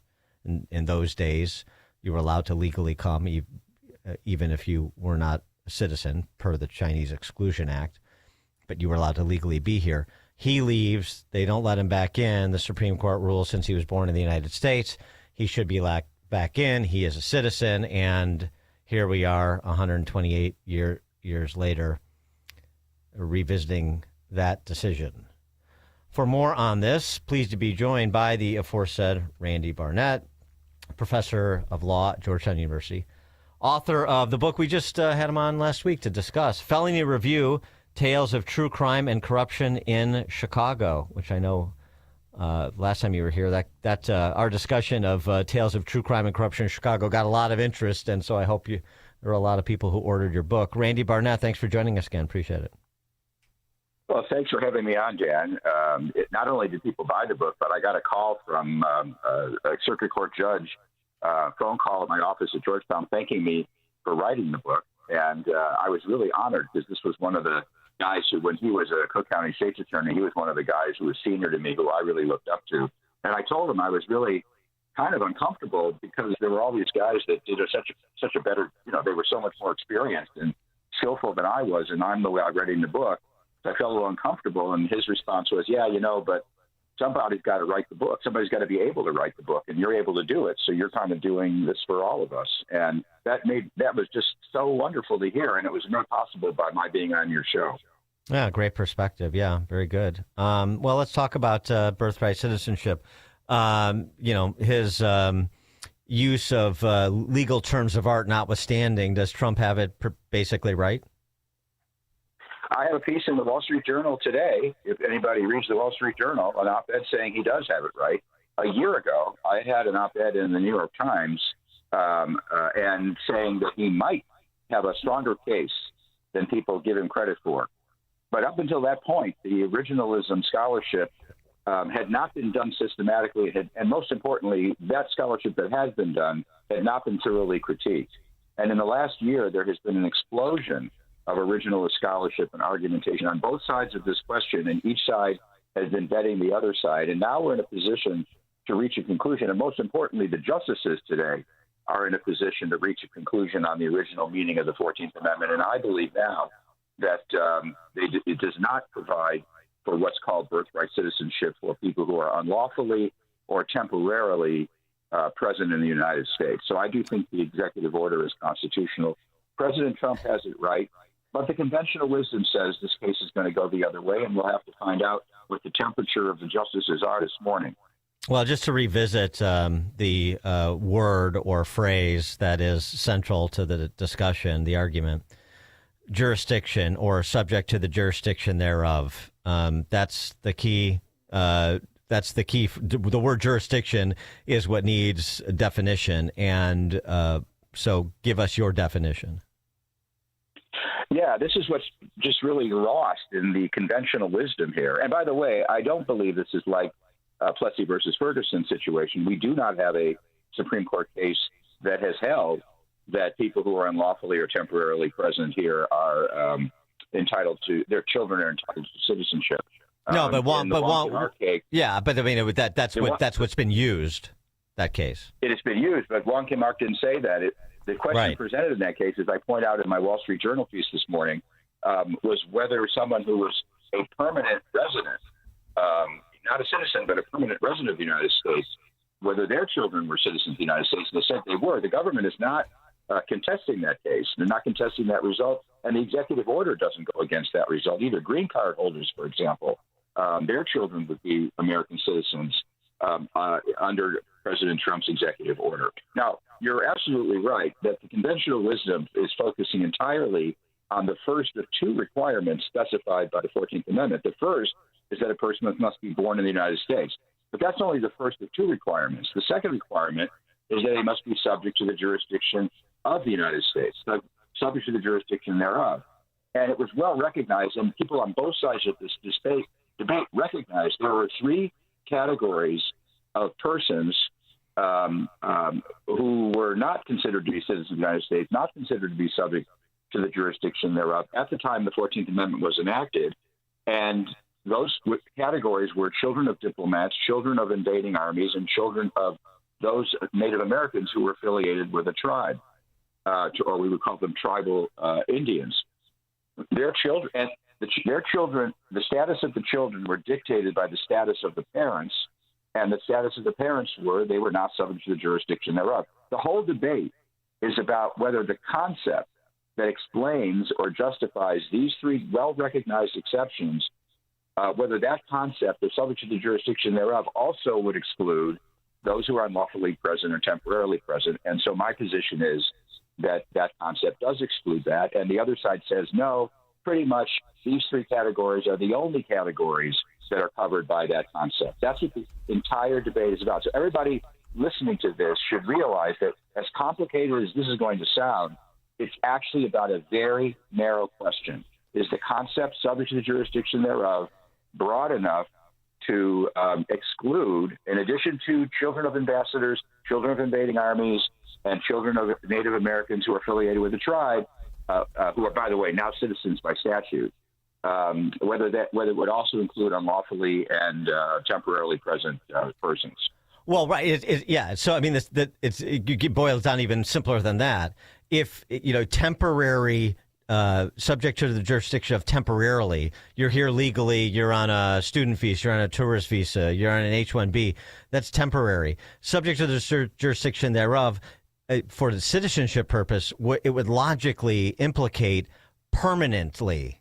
And so anything less than permanence should not provide for citizenship. That's basically the argument. Yeah, and not only that, but as the government pointed out in their brief, the end of the provision we're talking about also says that persons born in the United States subject to the jurisdiction thereof are citizens of the United States and of the states in which they reside, which specifically says that you become a citizen of a state if you reside there. You establish a residence there, not temporary, but you're a resident there. And there's every reason to believe that if residence is necessary for state citizenship, it was also assumed to be relevant to U.S. citizenship in the very same clause. The word reside is right in the clause we're talking about. And you point out something else that's important, too. I mean, Trump made reference to legislation, and the Civil Rights Act of 1866 is part of that legislative record that needs to be examined. And the phrase in the Civil Rights Act of 1866 that was tightened up for the provision in the 14th Amendment we've been describing, but it's telling because it gives you an mind's eye in terms of what legislators were thinking. Yeah, and that phrase says that all persons born in the United States are not subject to any foreign power. That's that was what the original phrase of the Civil Rights Act of 1866 was said, and the 14th Amendment was enacted to constitutionalize the Civil Rights Act of 1866 because Republicans, first of all, because Andrew Johnson had vetoed that act, saying it was unconstitutional, went beyond Congress's powers under the 13th Amendment, and secondly, Republicans were worried that Democrats are going to be readmitted to Congress and they would repeal the Civil Rights Act of 1866, which they promised to do. So they wanted to pass a constitutional amendment so they couldn't repeal the act. They weren't trying to change the act. They were trying to constitutionalize the act. Now, why did they change? And then after they enacted the 14th Amendment, they repassed the Civil Rights Act to ensure that it was constitutional. And they used the original language, not subject to any foreign power, when they reenacted the act after they put the 14th Amendment into effect. So why did they change the language to subject to jurisdiction thereof? And this is debated, and I'm not saying there's a clear 100% answer as to why they changed the language, but the explanation that makes the most sense to me is that they changed the language to ensure that Indians were included in the category of persons not within the jurisdiction of the United States, because it would be a little unclear or ambiguous whether Indians were subject to a foreign power. Native American tribes were not a foreign power in the sense that other countries are. They were subsumed within the United States. So subject to the jurisdiction was broadened out, so it would include them. And then by broadening it out, it would also include other categories of people who were excluded from birthright citizenship because they were not subject to the jurisdiction, along with Indians and diplomats and et cetera. Is there any possibility that the Supreme Court could cop out and punt this and say, look, we're not going to decide the merits of what subject to the jurisdiction thereof means because this cannot be done by executive order. This is not the province of the executive. It's the province of Congress. And so this requires congressional action. No, but what is the province of Congress is their naturalization power. Congress has the power. The president does not have the power. Congress has the power to naturalize people, which is what happened to Native Americans. There was a law passed that gave them citizenship by statute. That's the naturalization power. But the president's oath is to the Constitution. The president has as much right to interpret and apply the Constitution as any other constitutional officer does, subject, of course, to judicial review, which is what we're now going through. So the courts do get a word in as to whether the president has acted consistently with the original meaning of the Constitution. But before it ever gets to the court, the president has the opportunity to express his opinion on that by means of his executive order. Speaking of executive orders, wanted to get your view on another topic. Yesterday, President Trump issued an executive order to crack down on mass mail-in voting. The order requires Homeland Security to create a list of U.S. citizens with the help of Social Security Administration, requires that the Postal Service only sends mail-in ballots to approved voters, and requires a unique barcode tracking the ballots in secure envelopes. You can be sure that this will be litigated. And this is obviously President Trump trying to do by executive order what he can't get John Thune to get done. So what do you say to the constitutionality of that executive order? Well, Dan, I'm going to be quite frank with you. The cruise ship that I'm on the Flower Power 60s rock band cruise, and our cruise ship is just pulling into Aruba, and I'm seeing us pull up to dock here. And believe it or not, while I've been listening to rock and roll for the last 4 or 5 days, while I've been editing my Wall Street Journal piece, I was unfamiliar with this thing you've just told me about. Oh my gosh! Order, which sounds very interesting to me, and it sounds like I'm going to have to now go to work on a new op-ed. Well, enjoy executive order. Enjoy your whale watching or kayaking or whatever goes on with you hippies. It's just rock. Oh. I don't even leave the ship when we're in port. I just listen to the music. It's a 1-week floating music festival, and it's like one of my best weeks of my year. Okay, all right. Well, I'm sorry. Thank you for joining us. I didn't mean to interrupt you when you're communing with your previous self there. Last night was the Beach Boys, and we had Blood, Sweat, and Tears, and the lead singer from Chicago, and Peter Cetera. There's been one. What's that? Yeah, the new current lead singer of Chicago, the one that took over from him in 1985. Yeah. So he's been at it for quite a while. I stopped listening to Chicago in 1985. Yeah. Yeah, me too. But but they played the good stuff. Believe me, they played the good stuff, the original good stuff. So all right, 5 or 6 to 4. All right. Constitutional lawyer, rock and roller. Yeah, right. I was a rock and roller. I was in a band called the Royal Knights. We played at the Del Prado Hotel in Hyde Park when I was in college. In my book, Our Life for Liberty, there's a picture of me. I look just like Buddy Holly. And if I had only known who Buddy Holly was and how cool he was, I wouldn't have been embarrassed by my horn-rimmed glasses back in those days. And this was what type of music? Rock and roll. We were the Royal Knights, and we were out of Calumet City. I played rhythm guitar, which means I couldn't play guitar all that well. But we were the lead guitar player. They're the ones that know how to play the guitar. But I'm just kidding. At any rate, it was a fantastic, experience being a rock and roller for several years, and I think I'm still living the dream. And this is now we got a couple of texts that people are interested. What is the name of this cruise now? Flower Power Cruise to Aruba. What is this? Flower Power.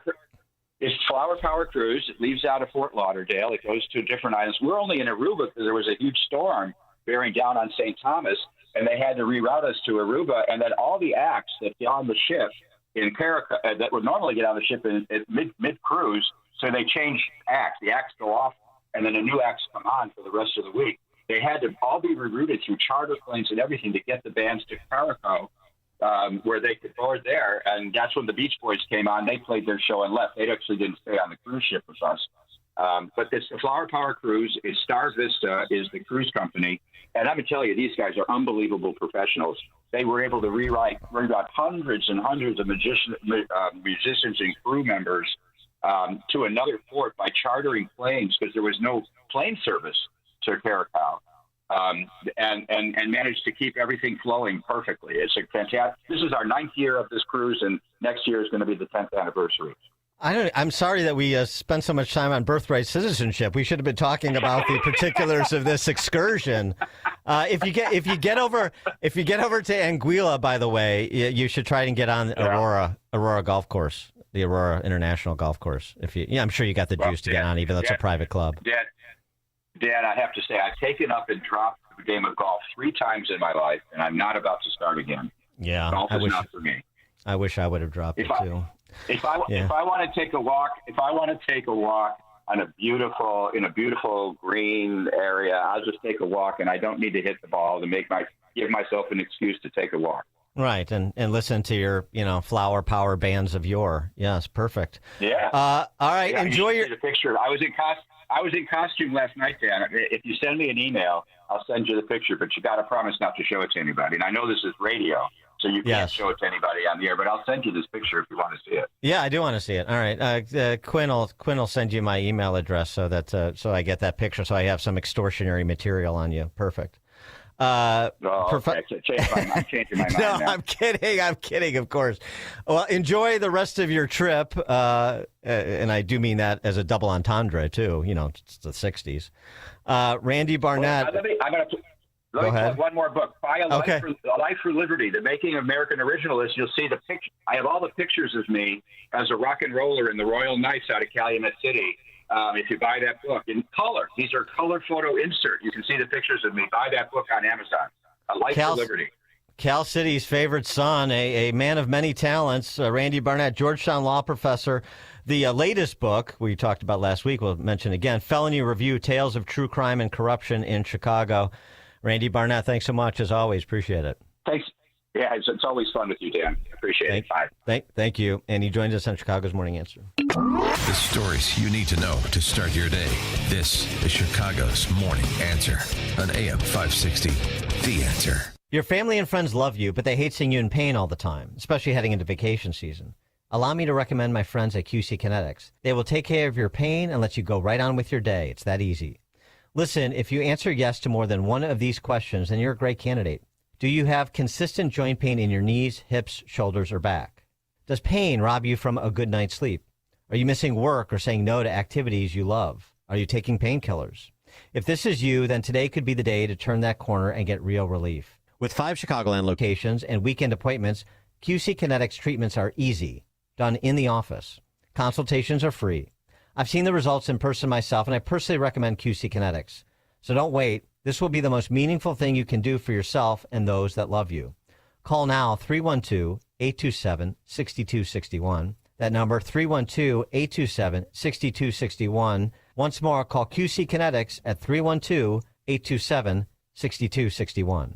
Business owners, now's the time for your business to make the move to a locally owned business bank. Hi, Mike Gallagher here to let you know that you don't have to look far. Signature Bank was founded in Chicago with a simple mission to help companies like yours grow, succeed, and thrive. Their decisions are made locally by a terrific team that knows your name, cares about your business, and invests in your success. That's why Signature Bank is my bank. I'm a customer. As business owners, they knew that local family-owned businesses were not getting the help they needed or deserved. So I invite you to reach out to my friends at Signature Bank today. Write the number down. Remember this phone number, Signature Bank, 773-467-5630, and learn all about this great bank, 773-467-5630, or visit them online at signaturebank.bank. That's signaturebank.bank. Signature Bank makes commercial banking personal. Member FDIC, equal housing lender. AM 560. The Answer. Coming up at 7:37, we'll see where Steve Moore is cruising to. Hopefully he'll be in a better mood than he was last week now that perhaps the end of hostilities in the Middle East is nearing. Steve Moore, economist. We'll talk dollars and cents and perhaps end this ugliness of having to contemplate the R word. That's 7:37. Now we check the headlines.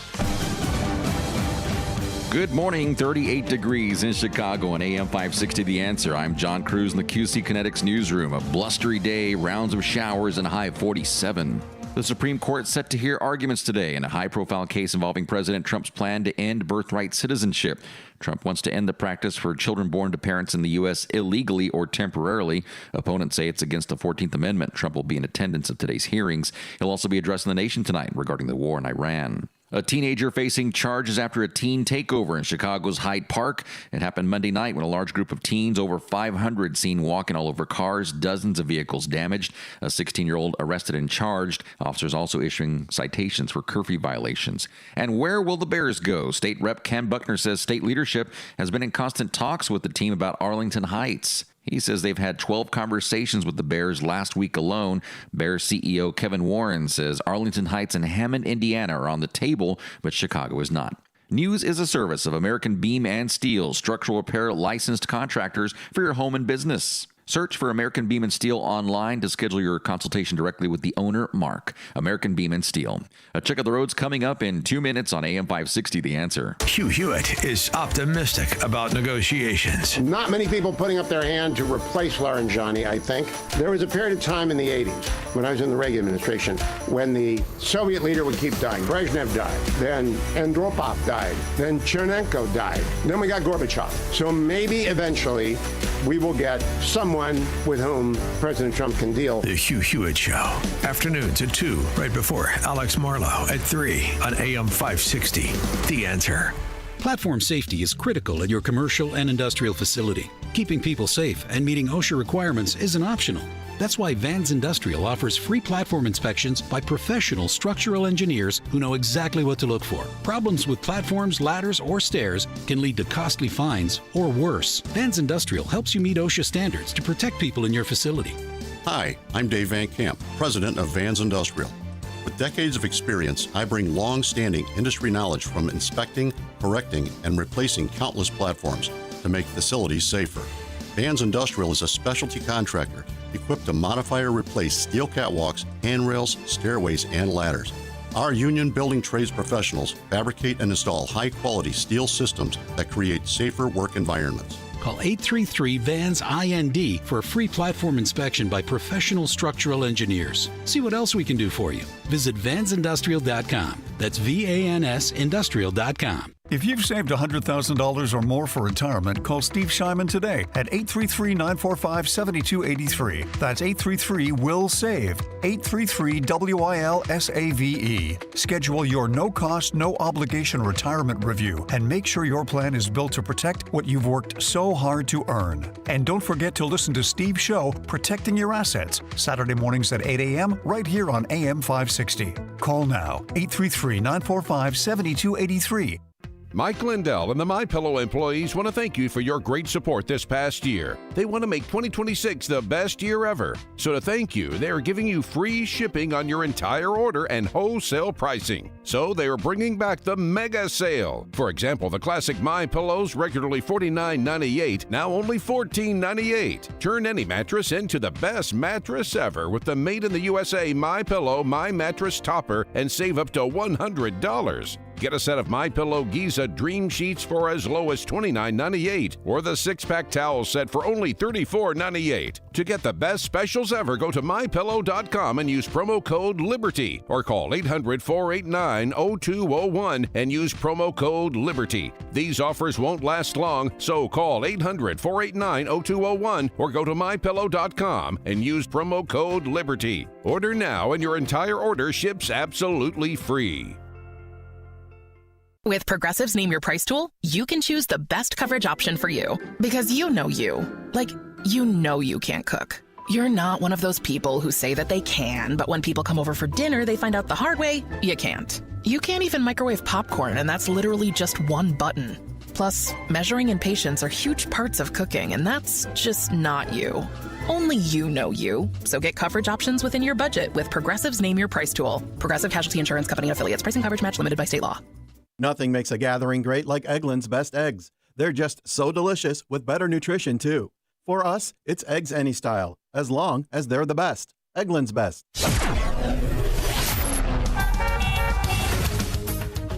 Taking a look at the roads from the Team Hochberg Traffic Center, I'm Sue Aller. Completely jammed on the northbound side of Lakeshore Drive between the Stevenson and Monroe Drive because of a collision. You got 3 left lanes blocked. It is completely jammed. We're doing good, though, on the Edens. 15 in, 17 out from Lake Cook to Montrose. Stop and go on the Kennedy. Outbound between Lawrence Avenue and Harlem Avenue. Inbound, it's 33 minutes from O'Hare to the Burnt Interchange. The Ike is 25 in, 18 out from Wilkes-Barre Post Office. We're stop and go inbound on the Stevenson between Central Avenue and Kenzie Avenue. So we're looking at 36 minutes inbound from Veterans Memorial to Lakeshore. Outbound is 25, 24 in, 11 out on the Dan Ryan from 95th to the Burnt Interchange. Outbound is 11. This report is a service of Think It Up. Think It Up is an initiative to activate student-powered, teacher-led learning projects. Students and teachers, how can you spark great learning experiences in your classroom today? Join at thinkitup.org. Chicago's Morning Answer continues next, but now the latest forecast from the the Air Right Heating and Cooling Weather Center. Today will be mostly cloudy, breezy, and significantly colder with some rain showers. The high temperature will reach 42. Tonight, expect cloudy skies with continued breezy conditions, along with a few showers and the possibility of a thunderstorm. Watch out for ponding on streets and highways. The low temperature will be 39. I'm meteorologist Jason Caterina on AM 560, The Answer. Get the latest weather, traffic, and news updates online at 560theanswer.com. This hourly segment is brought to you by the Alpha Wealth Group, bringing the trilogy of estate, tax, and investment planning together. Visit alphawealthgroup.com for a free report. Now, from the Signature Bank Studios. Only the biggest stories, only the biggest guests, and only the biggest opinions. This is AM 560, The Answer. Top of the morning, Dan Proft here. To paraphrase a Stanley Kubrick film, maybe we've moved into the phase of Dr. Trump, How I Learned to Stop Worrying and Love the Bombing of Iran. You see what I did there? Gallup survey on data across a range of national issues from the economy to the environment, from healthcare to homelessness. Lydia Saad reporting for Gallup. Americans concerned about national issues have generally declined from a year ago. Declined. Amid all of this agitprop and hysteria and no king's histrionics and end of days, end of the republic, democracy's imperiled. After all that, and America's concerns about national issues have generally declined from a year ago. The average share worried a great deal across the 16 issues fell to 43% this year, down from 46% in March of last year. It's the lowest average concern Gallup has found since 2020, just as the COVID pandemic was starting. Wow. Who would have guessed that people would be less anxious? I guess they're tuned out to so much of the performance art of the left. That's the good news. The other good news is that some of the survey data coming out now with an eye towards the midterms, and it's a long way to go. I get it. But that goes in both directions. You know, nothing is inexorable except death. So across the big issues that are animating people's votes, despite what you see, you know, the generic ballot, Republicans are down 3, 4, 5 points, which is margin of error, most of these surveys, by the way. On some of the big issues like who do you trust most on border security? Who do you trust most on national security? Who do you trust most on affordability? Republicans actually have the edge. So I wouldn't run around waving the surrender flag quite yet with respect to control of Congress and thus the future of President Trump's agenda after November of this year. Trying to be optimistic because last week Steve Moore was such a downer, talking about recessions and things like this. Terrible. He joins us now in happier times, particularly after the market's response to the prospect that hostilities would be ending in the Middle East in the next couple of weeks. Economist, author of The Trump Economic Miracle and the Plan to Unleash Prosperity, again, co-author with Art Laffer. Stephen, thank you for joining us. Appreciate it. Hey, Dan. Good to be with you. By the way, I have decided that I've been wrong all these years, and we do need to tax the rich. April Fools! Oh, yeah, I forgot it's April 1st. God, thank God I was getting concerned there was... Yeah, I was concerned there might have been like a Tucker Carlson moment for you or something. Exactly, man. So have you gotten that ugly R word out of your mouth now that Trump is going to address the nation tonight about, I assume, the exit strategy from Iran? Well, is the R word recession or? Yes. Oh, right. Okay.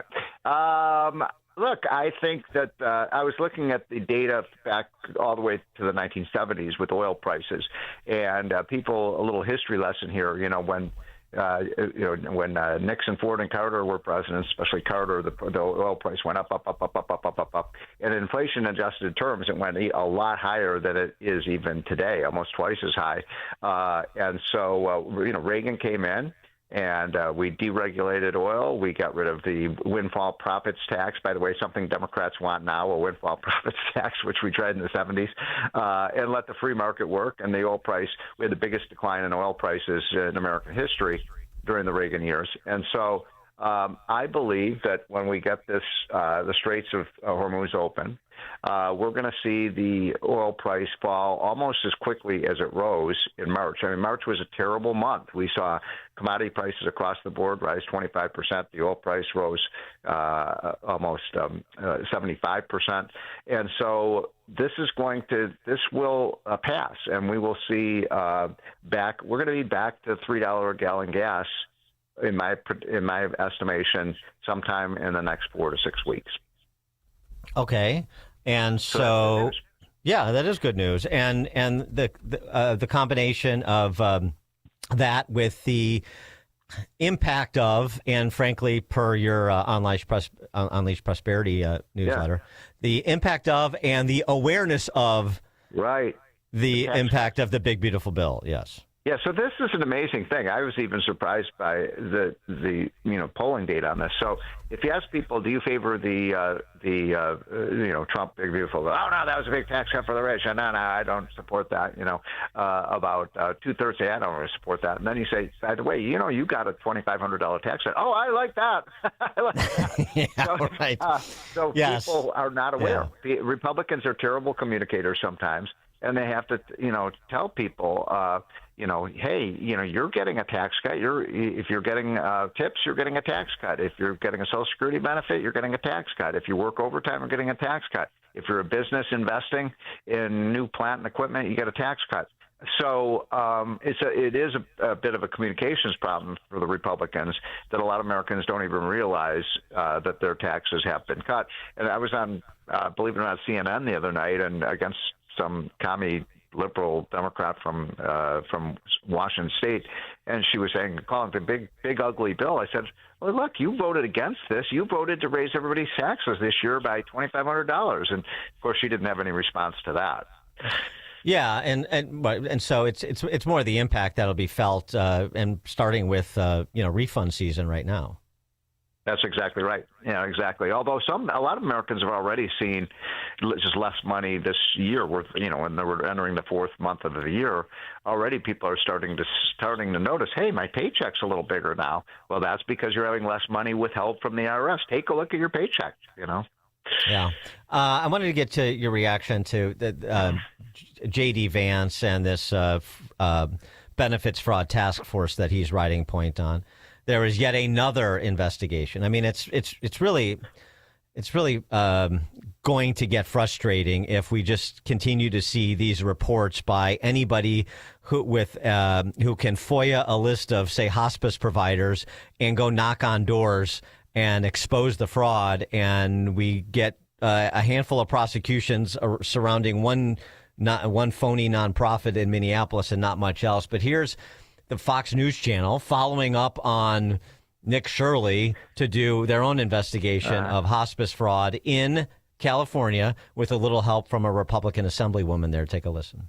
Suspected hospice fraud in L.A. I did not see a single person coming in or out of the building. Neither did we in January. Lots of offices, but no people. 3 floors, no employees or patients. Yet look at the dozens of providers licensed at this one address. 5 years ago, state auditors flagged this location for potential fraud. They say they found non-working phones, locked doors, and stolen Medicare numbers. In L.A. County, California, 89 hospice companies are registered to a single address. Republican lawmakers on Capitol Hill say California's weak oversight helped perpetuate fraud. A charged Democratic governor. Obviously, I go back to this all the time, Steve, and you'll appreciate this as a native Illinoisan.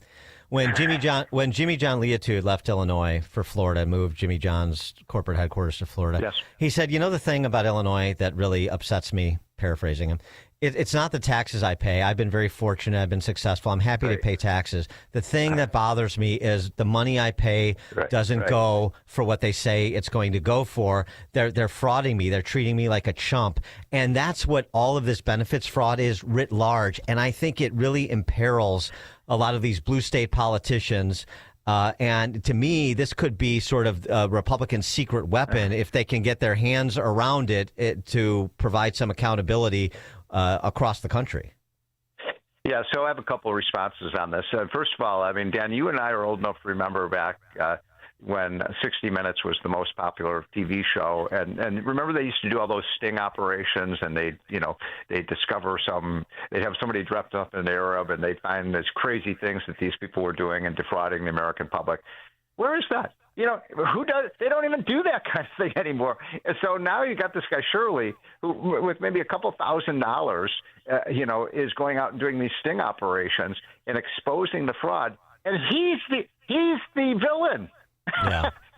How dare he knock on the doors of these fraudulent daycare centers? How dare he do that? I saw this one congressman the other day saying, "Oh, the daycare centers are so afraid somebody's going to knock on their door." And so that's because there's no kids here. My point is that the left doesn't even. They don't even want to know about the fraud. You would think it used to be in the olden days, when we were younger, Dan, that liberals believed in good government, and we thought they were a little naive. Now they don't even believe in good government. They just want big government. They just want big, flabby government, and they don't care if there's fraud. It's really enraging. I mean, they want to put this guy Shirley in jail, not the people who are stealing your money. The people are exposing them. That's how bad it has gotten in Washington. Now, one reason, by the way, that the fraud is such an epidemic is because states like Illinois and California and New York and Minnesota want fraud. You know why they want the fraud? Because all the money is coming from the federal government, so they view this as a stimulus to their economy. I'm serious. That's their attitude about this. Yeah, well, the more fraudulent people we have, the more criminals we have stealing money from the federal taxpayers, the better it is for Chicago and New York and Los Angeles. It's crazy. Yeah, but my point is to say that there's still a lot of people that at least pretend to care about good government, as you were saying, and some independents maybe that are not so ideological or not so craven as Gavin Newsom, who actually do. And I think this is the kind of stuff that rubs reasonable people the wrong way, even if you're not a Trump fan, which is why I just say, they can demonize Nick Shirley all they want, but the substance is the substance. When you get punchlines like the Quality Learning Center, that pierces through whatever propaganda Tim Walz or Gavin Newsom is spreading. It's not going to work for them as long as Republicans stay on this and J.D. Vance and Dr. Oz and company actually produce some results. Yeah, you would hope so. I mean, you would hope that everybody would agree that we should. Not only should we expose the fraud, and not only should we get the money back, these people have to go to jail. I mean, look, this is stealing. This is theft. This is theft of millions and millions of dollars from the American taxpayers, probably billions of dollars. Trump says it could be $1 trillion of fraud. You got to put these people in jail. They're stealing. I don't want to sound cold-hearted, but no, that's right. Yeah, you have no kids. Of course. I mean what cold-hearted about? I mean, I'm sorry, you stole $500,000 from the government. And you're going to go to jail. I don't think that's cold-hearted. I think it's respectful of people who are playing by the rules. But before we let you go, this 401k change, the Trump administration has initiative to give people more flexibility with their investment choices. Explain. Yep. Well, right now you're really limited when you have a 401k and how you can invest in it. You can invest it in like Dow Jones stocks and so on. But a lot of the money is being made these days in private equity and other alternative investments. And look, I do think 401ks should be, a range of different kinds of investments. You don't want to put all your money in the roulette wheel, but this is going to help add to the value of people's 401ks if they can invest in some of these companies that have huge amounts of return at early stage investment and so on. So it's a good thing. It means your 401k will grow faster.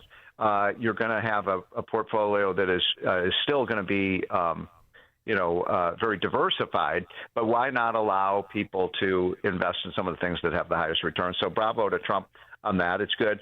And I have to sort of end this conversation and say the most important thing, though, is we have to let every young American under the age of 35 take 12% of their paycheck and stop sending it into the black hole of Social Security and let them actually invest the money. If they, the average Social Security benefit for someone like me who just turned 65 is going to be $300,000 over their lifetime. $300,000. If they had invested that money in an index fund over the last 40 years, they wouldn't have $300,000 in their account. They'd have $1 million in their account. Yeah. Yeah. And especially with the jumpstart you're getting with the Trump accounts now. Exactly. Just all the more. Steve Moore, economist, author of The Trump Economic Miracle and the Plan to Unleash Prosperity. Again, thank you as always, Steve. Thanks, Dan. And Steve joins us on Chicago's Morning Answer. The more you listen, the more you'll know. This is Chicago's Morning Answer. Morning Answer on AM 560.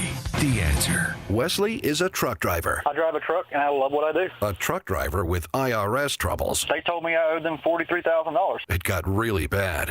Quite a few letters in the mail. They were talking about wage garnishment, coming after my house, my car. Yeah, they don't play around. I seriously thought that I was going to lose everything. One sleepless night, Wesley finally made a call to Optima Tax Relief at 2 a.m. Kind of figured I'd get a machine, but I didn't. I actually got to talk to an actual person in the middle of the night. He found just what he was looking for. Oh, they were great people. You need a team of people that know what they're doing. Optima Tax, they know what they're doing. Optima Tax Relief came through with flying colors. I saved an incredible amount of money. Happy don't even come close. I was absolutely overjoyed. Take Wesley's advice. If you're in any kind of trouble with the IRS, call Optima Tax Relief. Don't trust anybody else. Call Optima for a free consultation. Call 800-965-1433. 800-965-1433. 800-965-1433. Optima Tax Relief.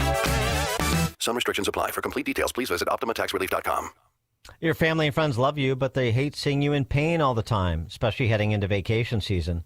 Allow me to recommend my friends at QC Kinetics. They will take care of your pain and get you right back to your day. It's that easy. Listen, if you answer yes to more than one of these questions, then you're a great candidate for QC Kinetics. Question: do you have consistent joint pain in your knees, hips, shoulders, or back?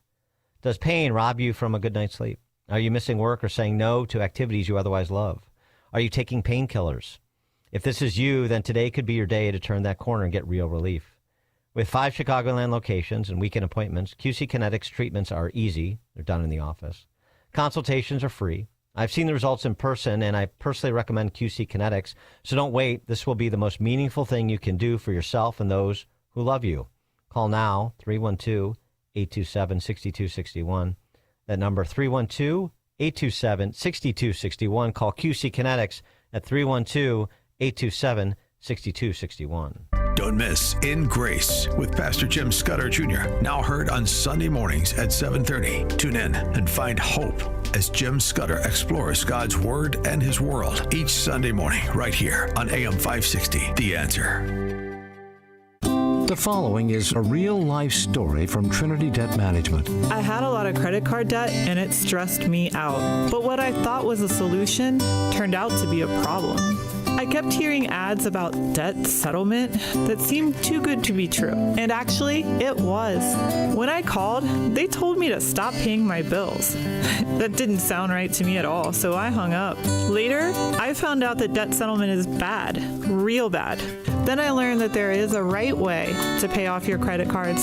It's called a debt management program from the great team at Trinity. Trinity had a plan. In the end, I paid off my bills, I saved thousands, and I even improved my credit score. If credit card debt has you down, call Trinity at 1-800-990-6976. My name is Heather. Please forget debt settlement and remember Trinity Debt Management. 1-800-990-6976. Are you turning 65 and thinking about Medicare? Or are you over 65 and haven't enrolled yet because you still have coverage at work? Either way, Medicare done correctly will be the best health insurance you will ever have. Imagine having an annual deductible of only $283. There are only 2 good things about aging: wisdom and Medicare.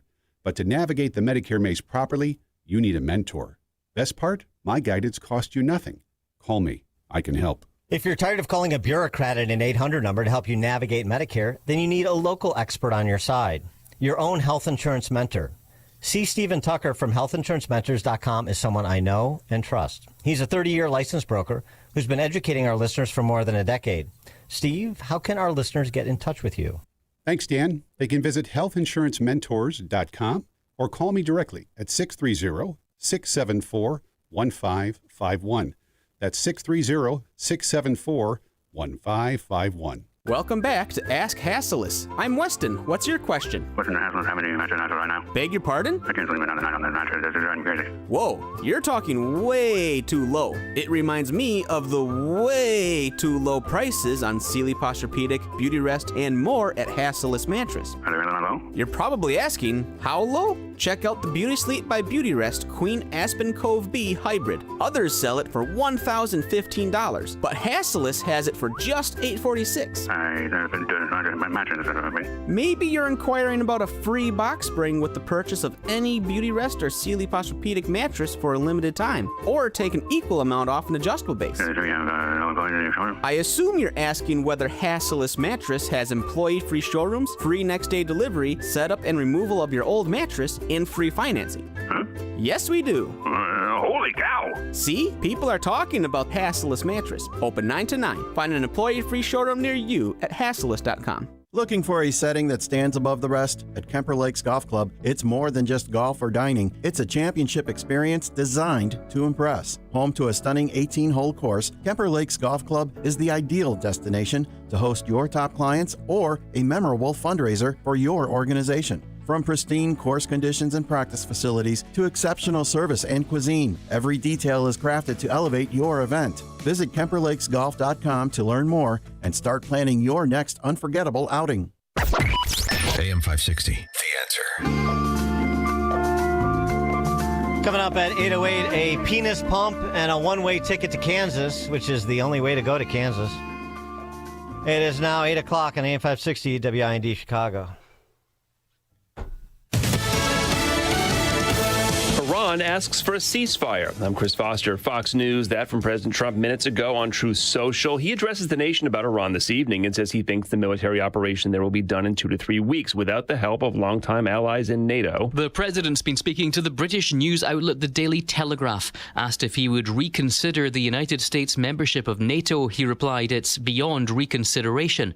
He describes NATO as a paper tiger, something he says he always knew, adding that Russian President Vladimir Putin knows that too. The threat to leave the North Atlantic Pact follows allies refusing to back US military action against Iran. Spain and France have denied the United States military access to their airspace. Italy banned American bombers from using an airbase. Jonathan Savage, Fox News. And President Trump has said he plans to attend this morning's Supreme Court arguments about his challenge to birthright citizenship. The court will hear arguments over President Trump's executive order, signed on the first day of his second term, that denies U.S. citizenship to children born to a mother in the country illegally and a father who is either not a citizen or a lawful permanent resident. The class action lawsuit challenging it was brought by the ACLU and other groups on behalf of 3 plaintiffs who had children last year who were at risk of being denied citizenship. Lower courts have ruled that the action violates or likely violates the 14th Amendment. Fox's Tanya J. Powers. Arguments start at 10 a.m. Eastern. The Artemis II mission launches later today from Florida, weather permitting. NASA Administrator Jarek Isaacman. Artemis II, when it launches, is going to send astronauts farther into space than they've ever been before, faster than they've ever flown before, around the moon, test out the spaceship, and bring them back safely to Earth after 10 days. In the Fox News Rundown podcast, retail sales reported up 0.6% in February from January, better than most economists expected. Stock futures are higher this morning. America's listening to Fox News.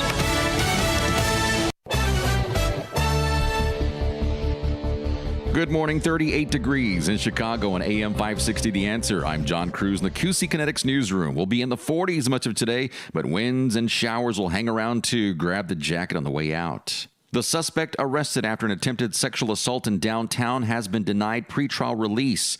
Chicago police say the man tried to attack a 20-year-old woman Monday morning in a parking garage in the Loop. At least 3 witnesses tried to stop the attack before the suspect took off. That woman is in good condition at a hospital. The suspect, 45-year-old Garland Benton, has a lengthy criminal record. Cook County health officials warning the public about a possible measles exposure. The Department of Public Health says a person visited multiple locations last week while contagious with measles, including O'Hare, Fresh Farms, and Marshalls and Niles. Health officials working to notify anybody who may have been potentially exposed.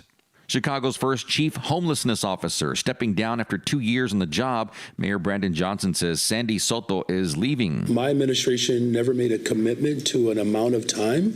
What we're excited about is that she obviously was able to do it in less than 3 years. Johnson adding Deputy Mayor of Health and Human Services Jonah Anderson will fill in temporarily. Soto was hired to create a 5-year plan for tackling homelessness, and the role funded for 3 years. Weather and staffing causing hundreds of flights to be canceled yesterday at O'Hare. A group stop was put in place due to staffing. Another ground stop put in place for thunderstorms. And finally, another 1-hour ground stop issued because of airspace volume.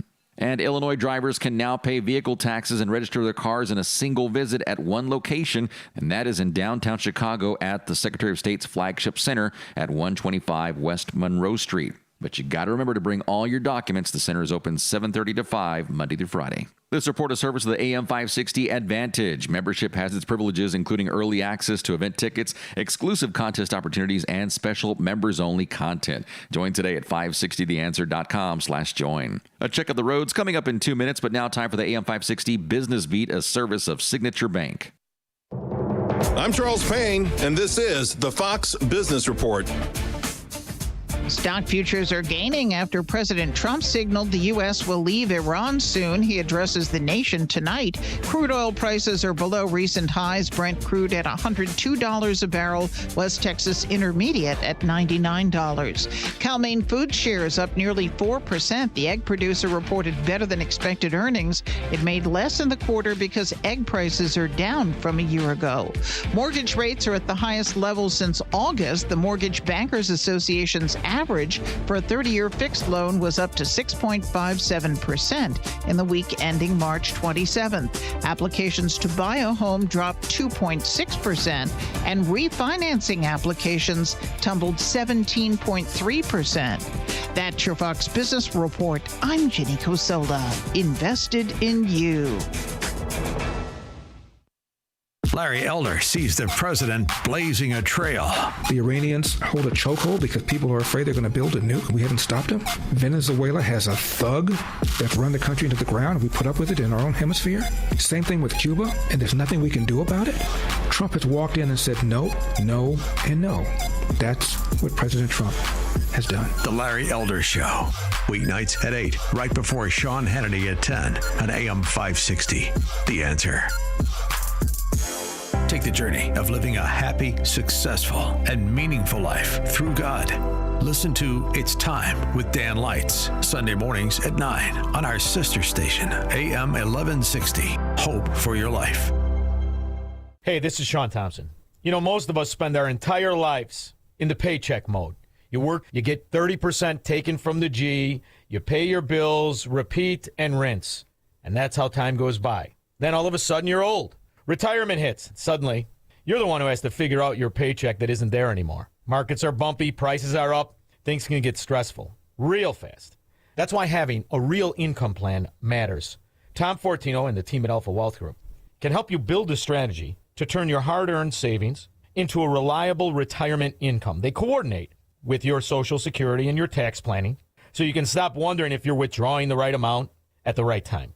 Tom Fortino and the people of Alpha Wealth Group have been doing this for 30 years. They can help you by giving you a complimentary retirement roadmap. And all you have to do is call 630-864-6711. That's 630-864-6711. Or online at alphawealthgroup.com. Hey, remember when all those athletes competed in Milan? Of course. Did you hear that some of the medals were breaking and falling apart? Yeah, that was big news. That's why I'm officially submitting Penny Mustard's services for the Summer Games. Your what? The medals should be made by Penny Mustard's expert craftsmen, so they can last forever. For example, look at the Sherwood bedroom, American-made from solid wood. With drawer bottoms strong enough to stand on. And it features our exclusive Forever Tight bed brackets to prevent the bed from getting squeaky and wobbly over time. It's why Penny Mustard furniture lasts for generations. And it's why we need to make the medals. But medals are gold, silver, and bronze. Not anymore. Starting in 2028, athletes will compete for cherry, oak, and maple. The Sherwood bedroom collection with panel bed, 8-drawer dresser, mirror, and nightstand, starting at $64.45 at Penny Mustard. 6 Chicagoland showrooms. PennyMustard.com. Better versions of what people want. Penny Mustard Furnishing. Here it comes.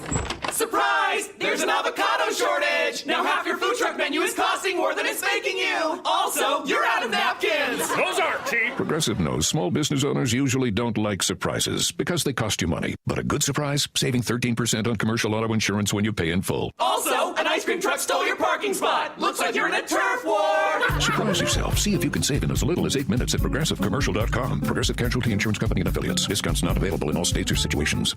Wesley Financial Group is not a law firm, and Chuck McDowell definitely not an attorney. This is Chuck. If someone talked you into buying something really silly and you want to get out of that silly little thing, my advice, get the facts. Call me and I'll send you our timeshare exit kit absolutely free. Inside, you'll learn how timeshare works and all your options for cancellation. Call Wesley now for your free timeshare exit information kit. 800-809-7171. That's 800-809-7171.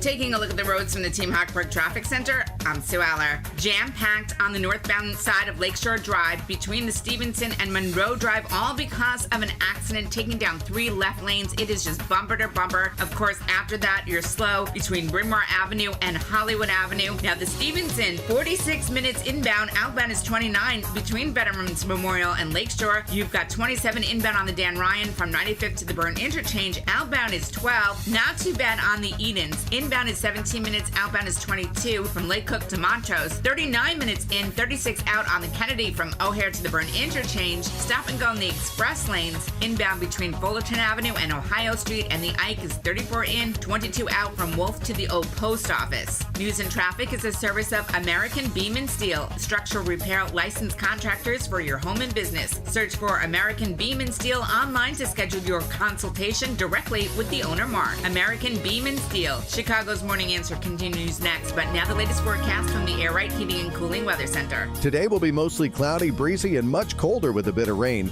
The high will reach 42 degrees. Tonight, expect cloudy skies and breezy conditions with a couple of showers and a thunderstorm possible. There is a chance of ponding on streets and highways with a low of 39 degrees. I'm meteorologist Jason Caterina on AM 560, The Answer. Get the latest weather, traffic, and news updates online at 560theanswer.com. This hourly segment is brought to you by Goldilocks, offering 24/7 security solutions for homes and businesses. Call them today at 708-889-5600. Now, from the Signature Bank Studios,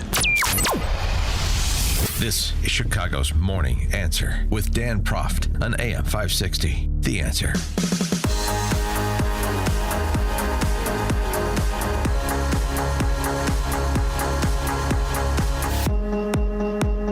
Top of the morning, Dan Proft here.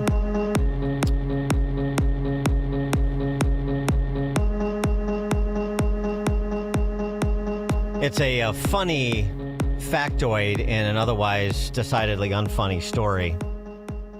A Chicago man, let's go that way. How they like to use it. How the left likes to use it to sanitize the barbaric. Chicago man with a penis pump and a one-way ticket to Kansas. By the way, because of that tease, I got this from a friend who used to be in the pharmaceutical business, including medical devices. Gave me more than I ever wanted to know about penis pumps. Vacuum erection devices is the medical term for them.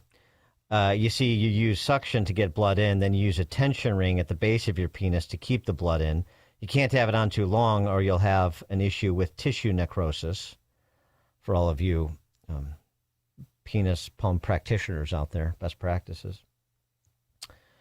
He goes on to say business he was involved in, they offered vacuum tubes in about 10 different sizes, the largest of which was coincidentally named the Proft. That is a coincidence. I mean, it's an appropriate coincidence, but a coincidence nonetheless. Okay, now to the decidedly unfunny part, to the extent you found that funny. I did, which is why I said it. A Crystal Lake man with a long history of violent offenses charged with sexually attacking a woman inside a Millennium Park parking garage. A attack that was stopped by witnesses who beat back the assailant with a water bottle and a wet floor sign. I couldn't find any rebar laying around there. Something sharper, blunter. 20-year-old woman parked her car at the Millennium Street parking garage about 6:40 in the morning. This CWB Chicago reporting. Began walking to work when this 45-year-old habitual violent offender grabbed her by the arms, threw her to the ground. This is graphic, and I'm glad the graphic details are being reported. Hopefully it makes it real to people who otherwise sort of just gloss over the violence du jour in their fair city. He got on top of the woman, struck her in the face, pulled up her sweater, shirt, and bra, began to sexually abuse her while holding her down as she screamed for help and scratched at his face, trying to break free.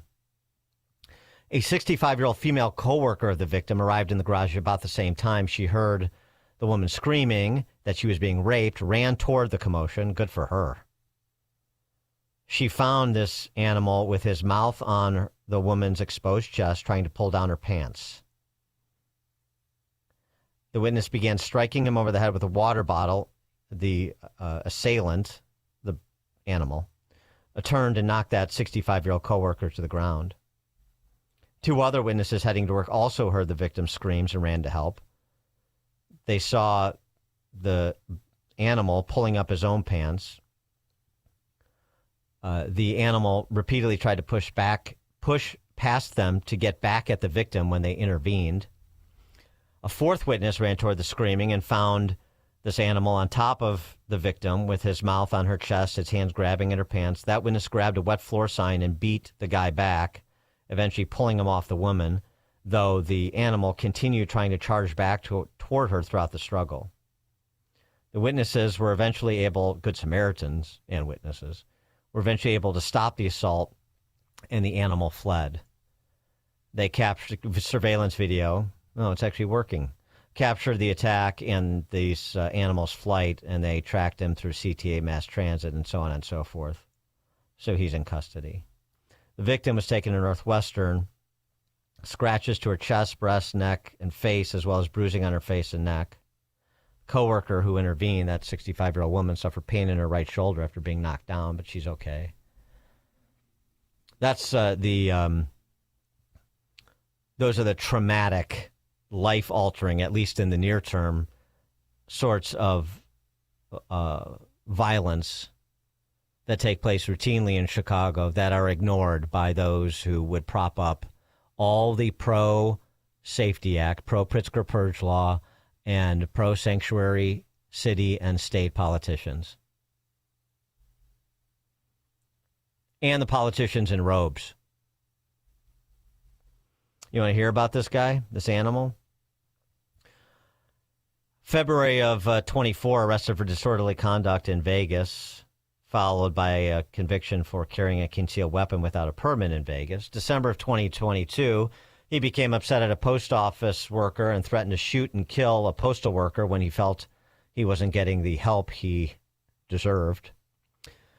2020, he was convicted of public indecency in Cook County, sentenced to 364 days. Same year, he was sentenced to 5 years in prison for aggravated battery on a CTA platform, where prosecutors say he punched a 19-year-old woman repeatedly in the face as she waited for a train on her way to work.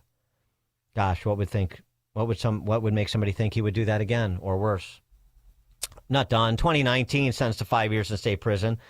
Criminal damage to property case after being upset at a Cricket wireless store and throwing merchandise, ripping a credit card terminal from the wall, hurling a speaker through the store's front glass window. Also in 2019, convicted of battery after grabbing a woman's backside at Export Fitness in Norridge, and convicted of aggravated assault on a CTA bus after repeatedly threatening to kill a bus driver. He likes to threaten to kill people and beat up women and sexually assault them. It's only, a 5 or 6 year pattern. No, it's longer than that. In 2016, he was sentenced to a year in state prison after becoming enraged inside a courtroom at Dirksen and threatening to kill a law enforcement officer in the room.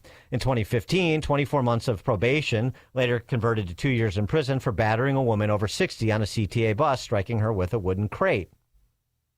So that's the last decade of this guy's life leading up to this attempted rape and aggravated sexual assault on this poor young woman just parking and going to work in Chicago.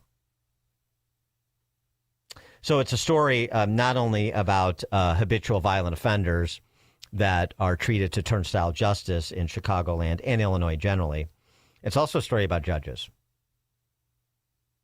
You can't look at this guy's criminal history and prosecutors and figure that this guy needs to be removed from society because he's going to do it again and again and again.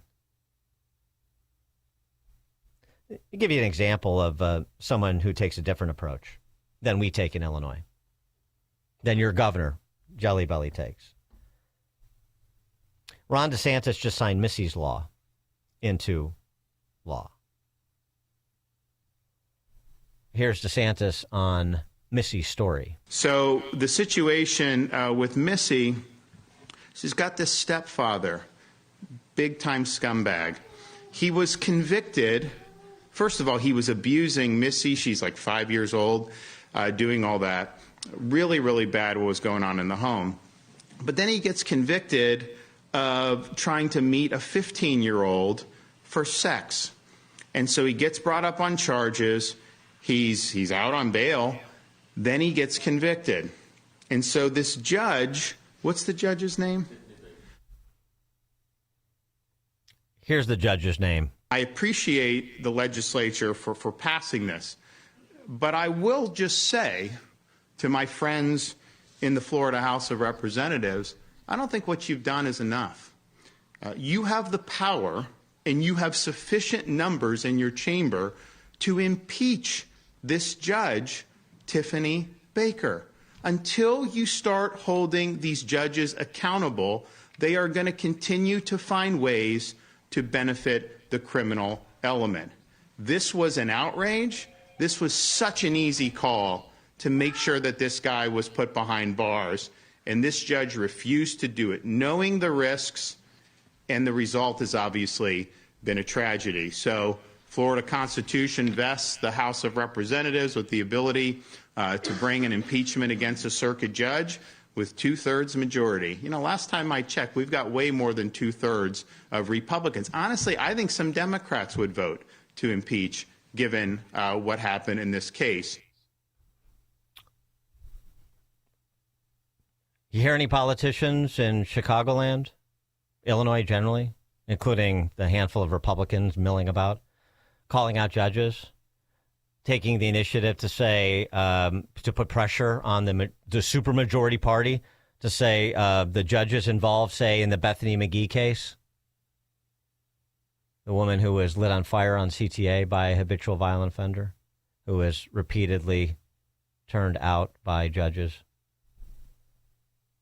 that judges who blithely ignore obvious public safety concerns and either don't remand defendants over for trial, despite the Pritzker Purge law. The hell with that. Don't hide behind it. Or mete out light sentences. And if prosecutors are conspiring in that way, too, because you have some non-prosecution, decarceration, abolish police type prosecutors, then call them out. Put pressure on them. Make sure people know their names. Just like you had Governor DeSantis do there.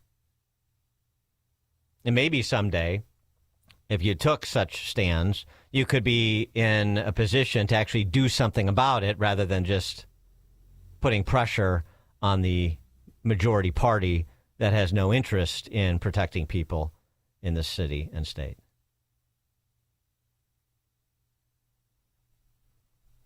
Maybe this will help animate the thinking on this.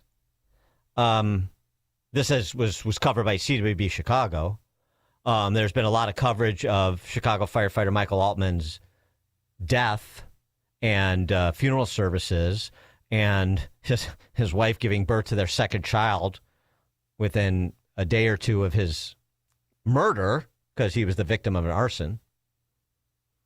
And so the person in custody for Michael Altman's murder, arrested 4 times in Chicago since July, currently on probation, has been the subject of a failure to appear warrant since he missed a felony court hearing on January 16th. Another preventable crime. Failure to appear. He was out. Failure to appear for felony court hearing. 4 times he's been arrested since July. No public safety threat. Really? How about now? Anything the Cook County judges involved in this case would like to say to the Altman family? Chief Judge Beach, you have anything to say? Since you're the presiding officer, as it were. When he resurfaced in late September after being arrested again on felony retail theft charges on the north side, prosecutors dropped the early meth charges. The July retail theft charges were dropped in October, though he didn't indicate that he did not appear for that hearing either. Sure. I assume they had him dead to rights, drop the charges, doesn't appear, no, issue a bench warrant, whatever. Just let him go. September retail theft charge, he pled guilty on October 30th after failing to appear for yet another scheduled court date, and he gets 1 year probation because he's just a misguided young man who's made a couple of mistakes. While on probation, he was arrested again in January on felony retail theft and felony meth possession because he's a meth head. Then he was released to a trial, failed to appear in court 5 days later, and has been the subject of an active arrest warrant since January 16th. And CWB Chicago reminds us, just because Tim Evans is gone, the policy isn't. They're not horrible series. Individuals accused of killing, shooting, or trying to kill or shoot others on pretrial release for a felony allegation. When CWB Chicago began the series of reports of this sort in November of 2019, then Cook County Chief Judge Tim Evans stated, "We haven't had any horrible incidents occur under the court's bond reform initiative," which then became institutionalized statewide by Governor Pritzker and Chris Welch and Don Harmon in your supermajority neo-Marxists. Not horrible. Haven't had any horrible incidents. You've actually had dozens and dozens of horrible incidents every year since, and that includes a murdered firefighter now. Does that bring it home to anybody? I don't know what does. I mean, just the idea of DeSantis. By the way, Missy's law is all about remanding people, mandatory remanding of people over for trial if you're facing serious felony charges, violent felony charges that indicate that you're a threat to the public order. So there's one way you could do it, what Florida is doing with the supermajority of Republicans and a conservative reform governor. Or you can do it the Chicago way, the Illinois way, with a grotesque, cartoonish, performative neo-Marxist governor and a real neo-Marxist supermajority in the General Assembly. Your choice. Bill, Northwest Side. That woman that was being attacked. But what they used to get him was a water bottle and a wet floor sign. How can you live in Chicago or work in Chicago and not have pepper spray or a tactical pen or something to defend yourself when you live in that kind of environment? It makes no sense at all, does it? No, or a gun. Thanks for the call, Bill. Or a blunt instrument. Yeah. Beating him with a plastic wet floor sign. I don't care how hard you can swing it. That was not what was called for in that moment. No, I mean, I look at them. They used what they had. I mean, I'm not blaming them. These are good Samaritans, and they came to the aid of this poor woman, and they deserve credit for that. I mean, especially a 65-year-old woman. She knows she's putting herself at risk to help her coworker, and that's nice. Frankly, it's nice to see. But yeah, I mean, to walk around, I mean, when I'm in Chicago, well, I'm prepared to defend myself. I'll just say that. Mary Kay, Oak Brook. Oh, you know what? We keep a crowbar in the back of the car. That's a start. Yeah.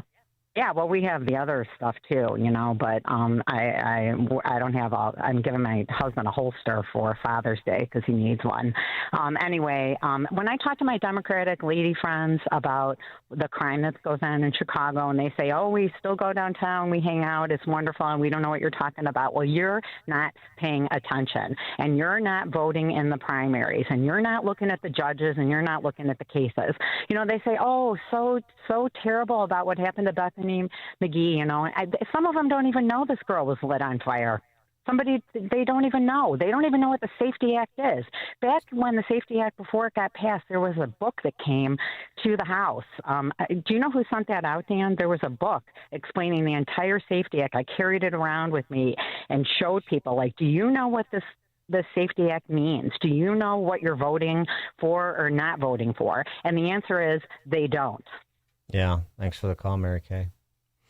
The willfully blind, the blissfully ignorant, woefully uninformed, what they will. But, this is where the people who are informed, because they listen to the show and because they're civic-minded, need to provide some intellectual leadership just within your circles of contacts. Jack, Northwest Indiana. Good morning, Dan. Well, what I don't understand is from an Illinois Republican Party or individual races, each one of these instances are ads waiting to be made. I think of not just what you mentioned, but also the student at Loyola. You pound it incessantly at each and every election. There has to be a way to get this information out for each and every individual running as a Republican to money being an issue. I understand that, but this is what rages people. This is what gets people engaged, but you have to put it in front of them, much like you did a few years back when you got in a little bit of hot water, about the Scream ad commercial you made with it. Yeah, the Scream ad. Yeah. People don't want to see the reality. Yeah. No, it's terrible what you did. That's what's needed. No, I know, but I agree. Thanks for the call, Jack. I agree. I completely agree. Marketing 2x4s, rhetorical 2x4s, stripping away the pieties and delivering it unfiltered. And, but people were offended and, their children were scared and so on and so forth. Dude, that's reality. Should they be scared of confronting reality on a television screen, or should they be scared about having reality visited upon them when they're on a leafy street in Lakeview? But it needs to be, the battle needs to be joined, and it needs to be relentlessly presented. And we just don't do that. And as I said, people of a center-right perspective are as guilty as the actual barbarians. Oh, I don't want to upset this person. Oh, I'm going to get blowback. Oh, this, oh, that. Every excuse under the sun.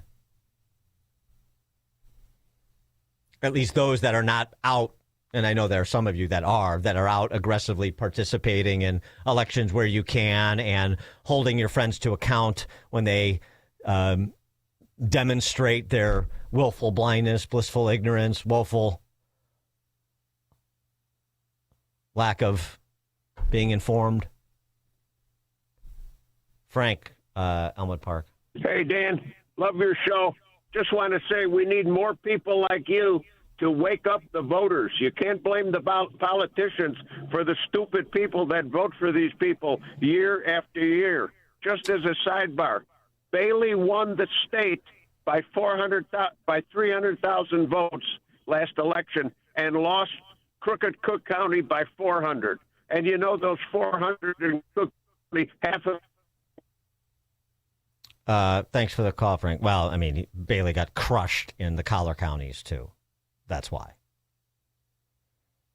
I mean, you have to, we have to have more messengers. We have to have quality messengers. We have to courageously message. And we're pretty thin on all of those counts, aren't we? Dan Proft, Chicago's Morning Answer. It's like a hot, steaming cup of information to start your day. It's Chicago's Morning Answer on AM 560. The Answer. Need life insurance but have diabetes, high blood pressure, or on anxiety meds? If you're a 50-year-old male, even porky, or with type 2 diabetes, $1 million of life insurance may only cost you about $200 a month. For affordable term life insurance, call Term Provider and speak with Big Lou at 800-444-2013. 800-444-2013 or visit biglou.com. Remember, Big Lou's like you. He's on meds too. 800-444-2013. AM 560. The Answer.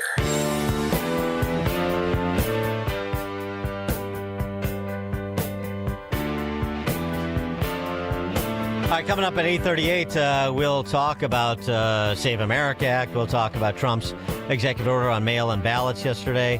Ali Triolo, she is the director of election integrity for the RNC. She joins us at 8:38. Now we check the headlines.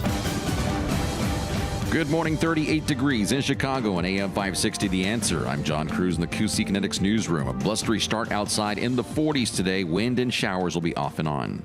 President Trump addressing the nation tonight. White House Press Secretary Caroline Leavitt says on X the address set for 8 p.m. Central will provide an update on Iran. Trump speaking Tuesday saying he thought the war might end in 2 to 3 weeks. Meanwhile, stocks surging on Tuesday ahead of that news. A man is dead after a workplace accident in west suburban Carroll Stream. Fire officials say this happened yesterday at SNS International on St. Paul Boulevard when an employee was trying to load a large metal spool onto a flatbed truck using an overhead crane. The crane gave way, causing the spool to fall on the victim. He was pronounced dead at the scene. And family and friends saying goodbye to Chicago firefighter Michael Altman. Private funeral services held yesterday in Oak Lawn and Alsip. Altman died from injuries suffered while battling a fire on March 16th on the city's far north side. A man accused of setting that fire facing murder and arson charges. This report is a service of Woodland Windows and Doors in Roselle. For over 52 years, Woodland has been transforming living spaces with Marvin windows, featuring styles ranging from modern to traditional. Visit woodlandwindows.com to get started today. A check of the roads coming up in 2 minutes on AM 560, The Answer. Catch more money with leading economist Steve Moore. I'm excited about America. I think things are going really well. I think we've turned a corner here. I think Biden economics is well behind us now. This is a miracle what's going on here. If anything, it's better than I thought it would be. So many good things can happen in the economy. Low inflation, low unemployment rate, consumer confidence up, business confidence up. All of the indicators are pointing north right now. It's More Money, Saturday at 3 on AM 560. The Answer. You need a construction company, but who? Call Crosscom. A construction company you can trust that shares your Christian and conservative values. For decades, Crosscom has been doing work in Chicagoland, Northwest Indiana, and Wisconsin. Roofs, siding, windows, doors, gutters, basically everything for your home or business, even solar. Quality work and professional services that make you feel great about your decision to work with Crosscom. Call Crosscom. 630-871-5500. Give them a chance to earn your business. If your repairs are due to storm, fire, or flood damage, you need to call Crosscom. They're licensed public adjusters. They work for you, not the insurance company. Crosscom will work to get you the money you deserve, the maximum payout. They know the insurance companies and how to deal with them. They win for you. Call Crosscom. Crosscom Construction and Public Adjusters. This is Dan Lights with Crosscom. You can trust us with your home or business for high quality work and fair prices. It's the only way we do business. 630-871-5500. CrosscomPublicAdjusters.com. This is Carol Platt-Liebau for Townhall.com. Palm Sunday marks the beginning of the holiest week in the Christian calendar. But for Christians in Syria and Nigeria, it was a day marked by bloodshed and tragedy. In Syria, sectarian attacks in a Christian town damaged homes, shops, and cars as men on motorcycles from a nearby Sunni Muslim town terrorized the community into the early morning hours. In Nigeria, the violence was even more horrific. Muslim gunmen attacked a university community, killing at least 30 people and injuring many more. Yet coverage of this violence was scant. Instead, there was widespread media outrage when Israel briefly paused public prayer gatherings due to Iranian missile threats before quickly reversing course. There's a very clear double standard, and it raises serious questions about whether Western media outlets are intimidated by Islamism. They certainly haven't shown courage. I'm Carol Platt-Liebau. Hello? Sir, this is Officer Peterson. There's been a string of break-ins in the area, and your office, it was hit. Hit? What do you mean? We were robbed? Looks like the back door lock was easily pried open, and they moved through the building like they knew exactly what to take. We see wires everywhere. No computers. What? No computers? I just upgraded everything. Looks like they moved fast. We only found out because a neighboring business had their alarm go off. Do you have any security cameras? No. Nothing. Don't wait until it's too late. Goldilocks protects Chicagoland businesses with custom security solutions. From reinforced commercial doors with keyless entry to cameras and 24/7 monitoring that alerts authorities immediately. Schedule a free on-site assessment at GoldilocksInc.com. Again, that's GoldilocksInc.com. Plus, AM 560 listeners get their first 3 months of monitoring free with a new install. Call 708-889-5600. That's 708-889-5600. Goldilocks, Chicago's premier locksmith doors and security systems company since 1981. This hourly segment is brought to you by Goldilocks, offering 24/7 security solutions for homes and businesses. Call them today at 708-889-5600. Taking a look at the roads from the Team Hochberg Traffic Center, I'm Sue Aller. 15 in, 22 out on the Edens from Lake Cook to Montrose, 39 in, 35 out on the Kennedy from O'Hare to the Burn Interchange, the express lane stop and go inbound between Pulaski Road and Ohio Street. You got 36 in, 23 out on the Ike from Wolf to Deal Post Office, 40 in, 27 out on the Stevenson from Veterans Memorial to Lakeshore, and 34 inbound on the Dan Ryan from 95th to the Burn Interchange. Outbound is 12. The inbound express lanes slow down between Garfield Boulevard and the Stevenson, and jam-packed on the northbound side of Lakeshore Drive. A crash cleared at Monroe Boulevard, but further north, you're hitting the brakes between Bryn Mawr Avenue and Hollywood Avenue. This report is sponsored by 1-800-TRUCK-WRECK. If you've been in a truck wreck with any kind of truck, call the experts. Call the experts that truck drivers call when they get hit by big rigs. That's 1-800-TRUCK-WRECK. They have real expertise to help you and your family in any kind of truck wreck. Chicago's Morning Answer continues next, but now the latest forecast from the Air Right Heating and Cooling Weather Center. Today will be mostly cloudy, breezy, and significantly colder with some rain showers. The high temperature will reach 42. Tonight, expect cloudy skies with continued breezy conditions, along with a few showers and the possibility of a thunderstorm. Watch out for ponding on streets and highways. The low temperature will be 39. I'm meteorologist Jason Caterina on AM 560, The Answer. Get the latest weather, traffic, and news updates online at 560theanswer.com. Now, from the Signature Bank Studios. If you're looking for the latest news, insight into what it means, and the sharpest opinion, there's only one station in Chicago where you can turn, and it's this one. We're AM 560, The Answer. Top of the morning, Dan Frost here. So President Trump yesterday signing an executive order to deal with mass mail-in voting. The EO requires Homeland Security create a list of U.S. citizens with the help of Social Security Administration. It also requires the Postal Service to send only mail-in ballots to approved voters, as opposed to, the Biden-era indiscriminate sending of ballots, drop shipping of ballots. I mean, they might as well have dropped them from airplanes, like pamphlets. Number 3 requires unique barcode tracking in secure envelopes for the ballots. This will most certainly be challenged by the neo-Marxists. Pagliacci Schumer has already suggested that will happen.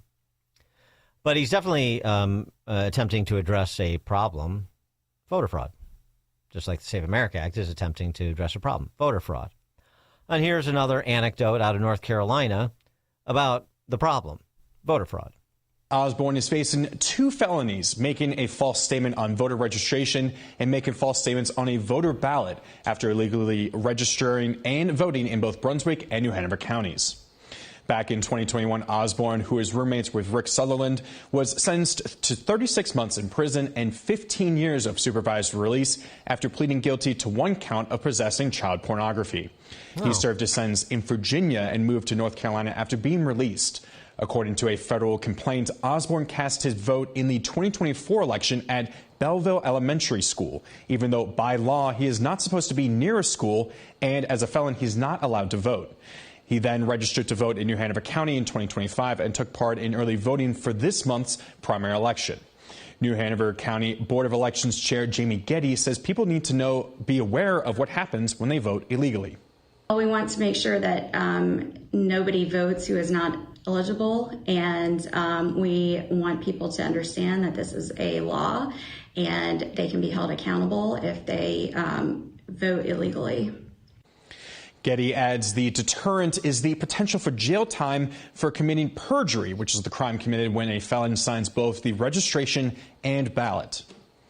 Now, you may ask, how exactly does this get through the cracks? Right now, there is no system which tracks registered felons from other states who cross into North Carolina and register to vote. No, it's a safe haven, a sanctuary city of a different sort, sanctuary state of a different sort, North Carolina, apparently. And I'm sure it's not the only one. Yeah, I mean, raise your hand. Anybody mind if their vote, say, for President of the United States gets canceled by some child predator in North Carolina voting illegally? Does that resonate? Does that get through the granite between the ears of so many? I know the plural of anecdote isn't data, but here is some data. Harmeet Dillon, of course, is the Assistant AG for the Civil Rights Division at the Department of Justice. This is her discussion of the issue of mail-in ballots arriving after Election Day, a case that the Supreme Court heard the other week.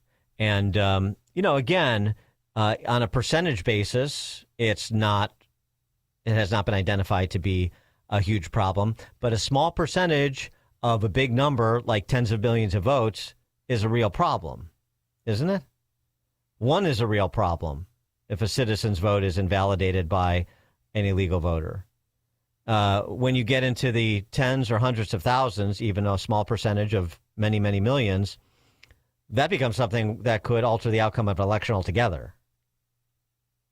Paul Clement, who argued for the Republican National Committee to uphold the lower court ruling from the Fifth Circuit that indeed the practice of Mississippi, and by the way, parenthetically, many other states, of allowing ballots to trickle in and be counted days and sometimes even up to 3 weeks after an election is inconsistent with our federal election statute. So, in prior cases, the United States Supreme Court has addressed these types of issues, and Justice Kavanaugh wrote in a case in 2020 that these kinds of disparate trickling in and uncertainty and, a wide swath of different kinds of laws creates uncertainty around elections and indeed undermines confidence in our elections. So we argued in our brief that because Congress has these laws that refer to an election day should mean election day, meaning the last day by which ballots can be received by the state and processed. And so here, Mississippi allows it for 5 days. Some states allow it for 10 days, up to 21 days.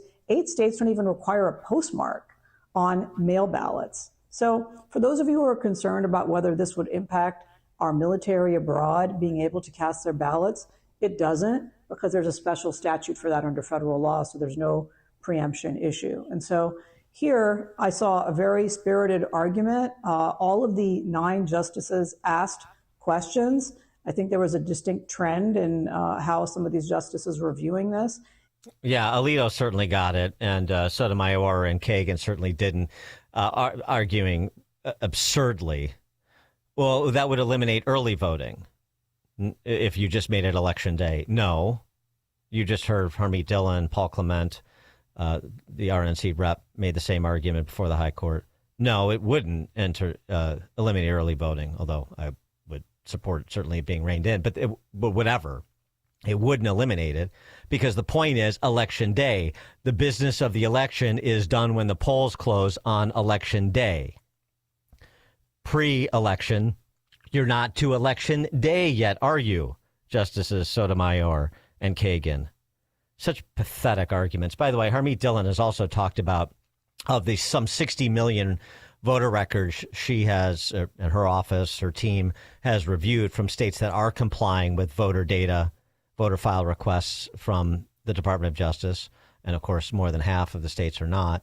But of the 60 million or so records, there are some 300,000 that have been identified as potentially illegally on the voter rolls or improperly on the voter rolls. They're not eligible to vote because they're dead, because they're not in this country illegally, because they're convicted felons and haven't gotten their voting privileges reinstated, what have you.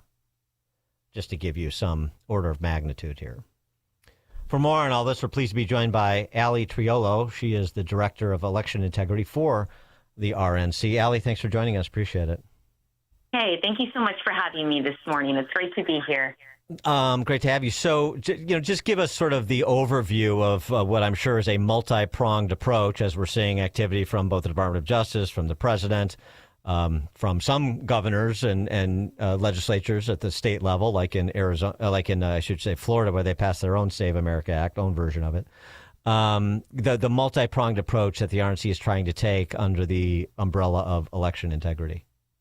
Yeah, I mean, President Trump tasked the RNC with carrying out these efforts. This is a top priority. And I think when people think of the RNC, they may know us from our convention or recognize our logo. But one of the major elements to our work here is protecting the ballot box. Voters deserve elections they can trust. We have over 120 active cases right now across more than 30 states. We even have a case right in Illinois supporting the work of one of your congressmen who also is fighting to stop the counting of mail-in ballots in your state after Election Day. So, of course, what you just discussed about Watson versus RNC, this is our landmark case that originated out of Mississippi to stop the counting of ballots after Election Day. But this would impact more than 14 states across the nation that have these trickle-in policies. And as you mentioned, and as we all know, this really opens up opportunities for fraud. It hurts trust in voters. And this is simply against the law. We have a singular election day set by Congress the Tuesday after the first Monday in November. So when you have elections that are going on for weeks on end, that's not an election day. And it is against the law. And we are very excited to see this case moving forward and get before the justices this month. Yeah, I believe the law in Illinois is that the voting continues to continue to accept ballots and continue to count until the election authorities get the outcome they want. I think that's how we do it in Illinois. I'm fairly certain that's still how it works. The congressman you're working with in Illinois, Mary Miller, who is it? No, it is a lawsuit, Bost versus Illinois State Board of Elections. Oh, Boss, yeah. Yeah, Mike Boss. Okay. Yeah, sure. Okay. And so then now I know this is, sort of outside the purview of the RNC technically, but certainly this is part of what the landscape would be if this were to be enacted. What is your handle on prognosis for the Save America Act in the Senate? Well, first of all, we need to get this passed. And I think we've seen a lot of discourse about Republicans on Republicans. This is not the Republicans holding up this issue. Republicans want this. They have overwhelmingly voted for this, and it is the Democrats that are completely going against what their own voters want. We have so many polls from left-wing outlets, right-wing outlets, data centers that say that more than 80% of voters, independent, Republican, and Democrat, want voter ID. So what we really need to be talking about is why are Democrats going against what 80% of our nation wants? The only logical explanation is they want to cheat in our elections. There's no other explanation for turning their back on common sense and what their own voters are asking for. So I'm hopeful that our Republicans can continue to keep up the good fight, but we need some Democrats to gain a little common sense and do the right thing. Yeah, but, as Senator Mike Lee from Utah and others have suggested, if we don't get this done, we're, cruising for an electoral bruising in November. You equally concerned about that consequence? President Trump did a miraculous thing last night. He stood up for our nation. He stood up for the ballot box and signed his second executive order to protect our elections. I am confident that in November, Republicans know that the Republican Party, Republican voters, are delivering on what they asked for. They asked for a secure border. It is secure. They asked for lower gas prices.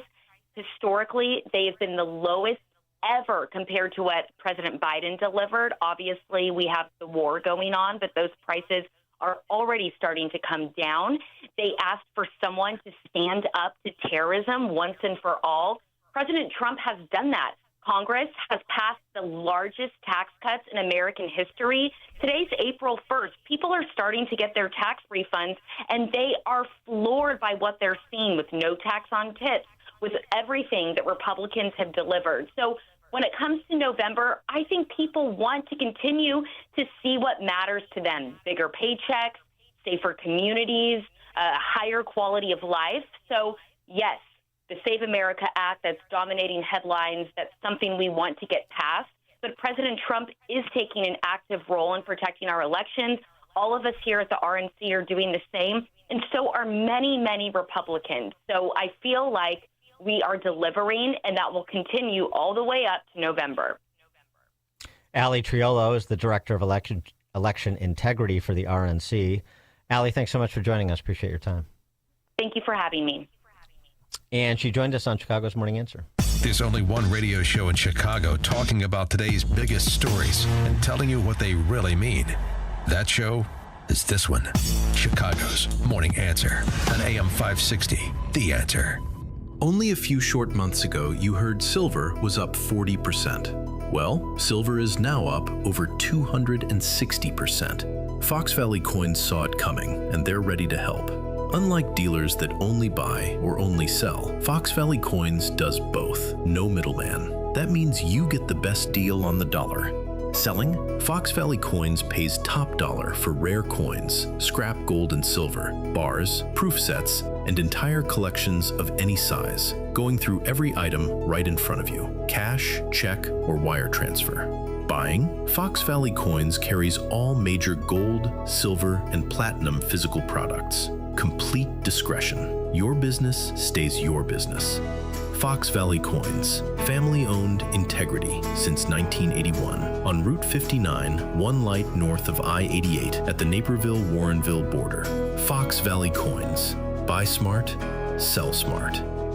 Whether you are old or young, no one likes to lose money. The market is at an all-time high. How much risk does your portfolio really have in it? Are you worried that you could lose your hard-earned money? Call TJ Stearns in Arlington Heights at 800-640-2256 for your free risk report. Call right now and we will include a full analysis of your portfolio. Don't wait until it's too late. Call TJ Stearns, a local and longtime sponsor on AM 560. Call 800-640-2256. Call now and tell him AM 560 sent you. My name is Dr. Michael Huber, co-founder of Virago, the immune enhancement cocktail. Virago has earned its place in your medicine cabinet. It's your proven go-to for the flu, colds, and COVID.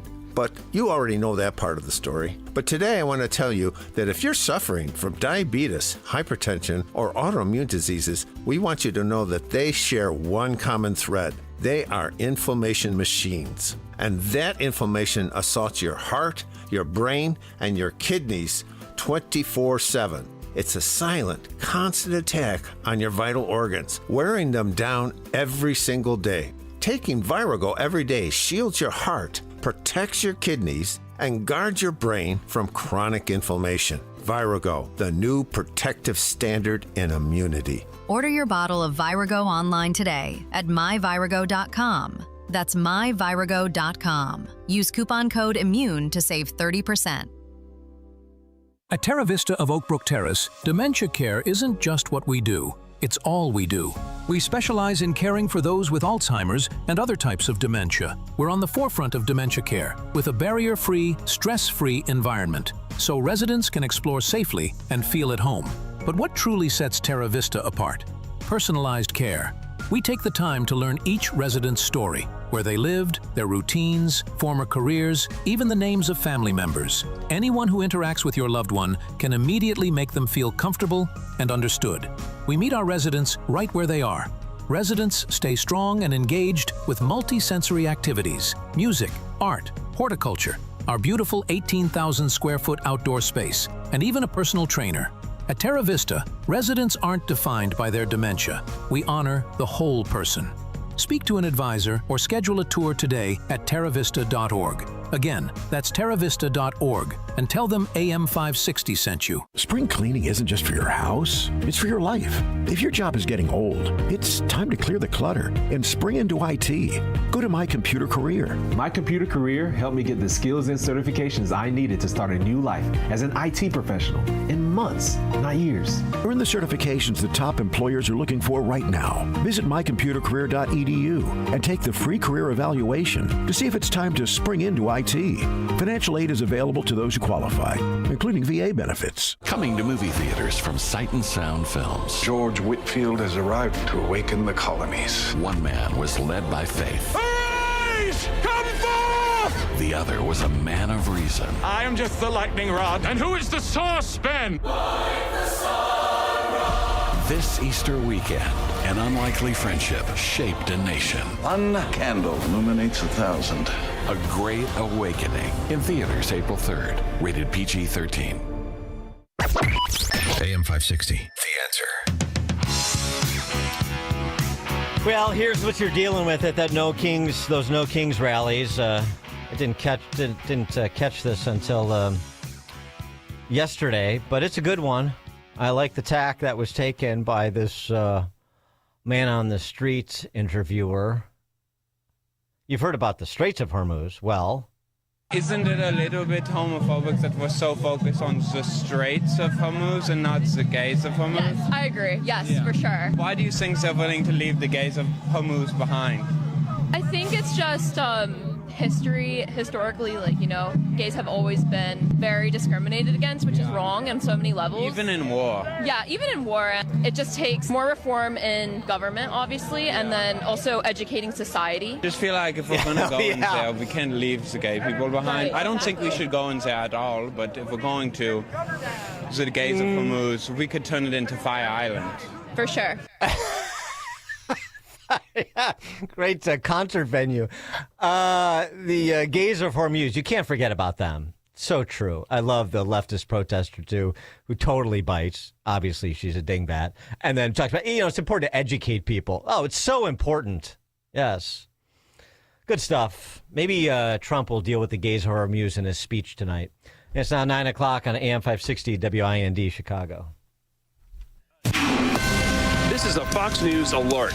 Birthright citizenship at the Supreme Court. I'm Chris Foster. President Trump is there at the Supreme Court with Attorney General Pam Bondi for this morning's oral arguments in the case challenging his order ending automatic citizenship for kids born in the U.S. This will be the first time a sitting president hears oral arguments before the high court. But this case is something the president has been talking about since at least 2015. The executive order that was signed on day one of the second term argues the clause was adopted to confer citizenship onto newly freed slaves and their children, not on children of immigrants in the U.S. temporarily or illegally. Fox's Jackie Heinrich at the White House. President Trump says Iran has asked for a ceasefire on this 33rd day of the U.S.-Israeli military operation. On Truth Social, President Trump writes that Iran's new regime president has just asked the United States for a ceasefire. He describes the new president as less radicalized and more intelligent than his predecessors. It's unclear who President Trump means, as President Masoud Pezeshkian has been in the job since 2024. He is considered a reformist, but subordinate to the country's religious supreme leader. The Truth Social post warns the United States will blast Iran into oblivion until the Strait of Hormuz is open, free and clear. President Trump will address the nation on Operation Epic Fury at 9 p.m. Eastern. Jonathan Savage, Fox News. Meantime, the president tells the UK's Financial Times newspaper he's more than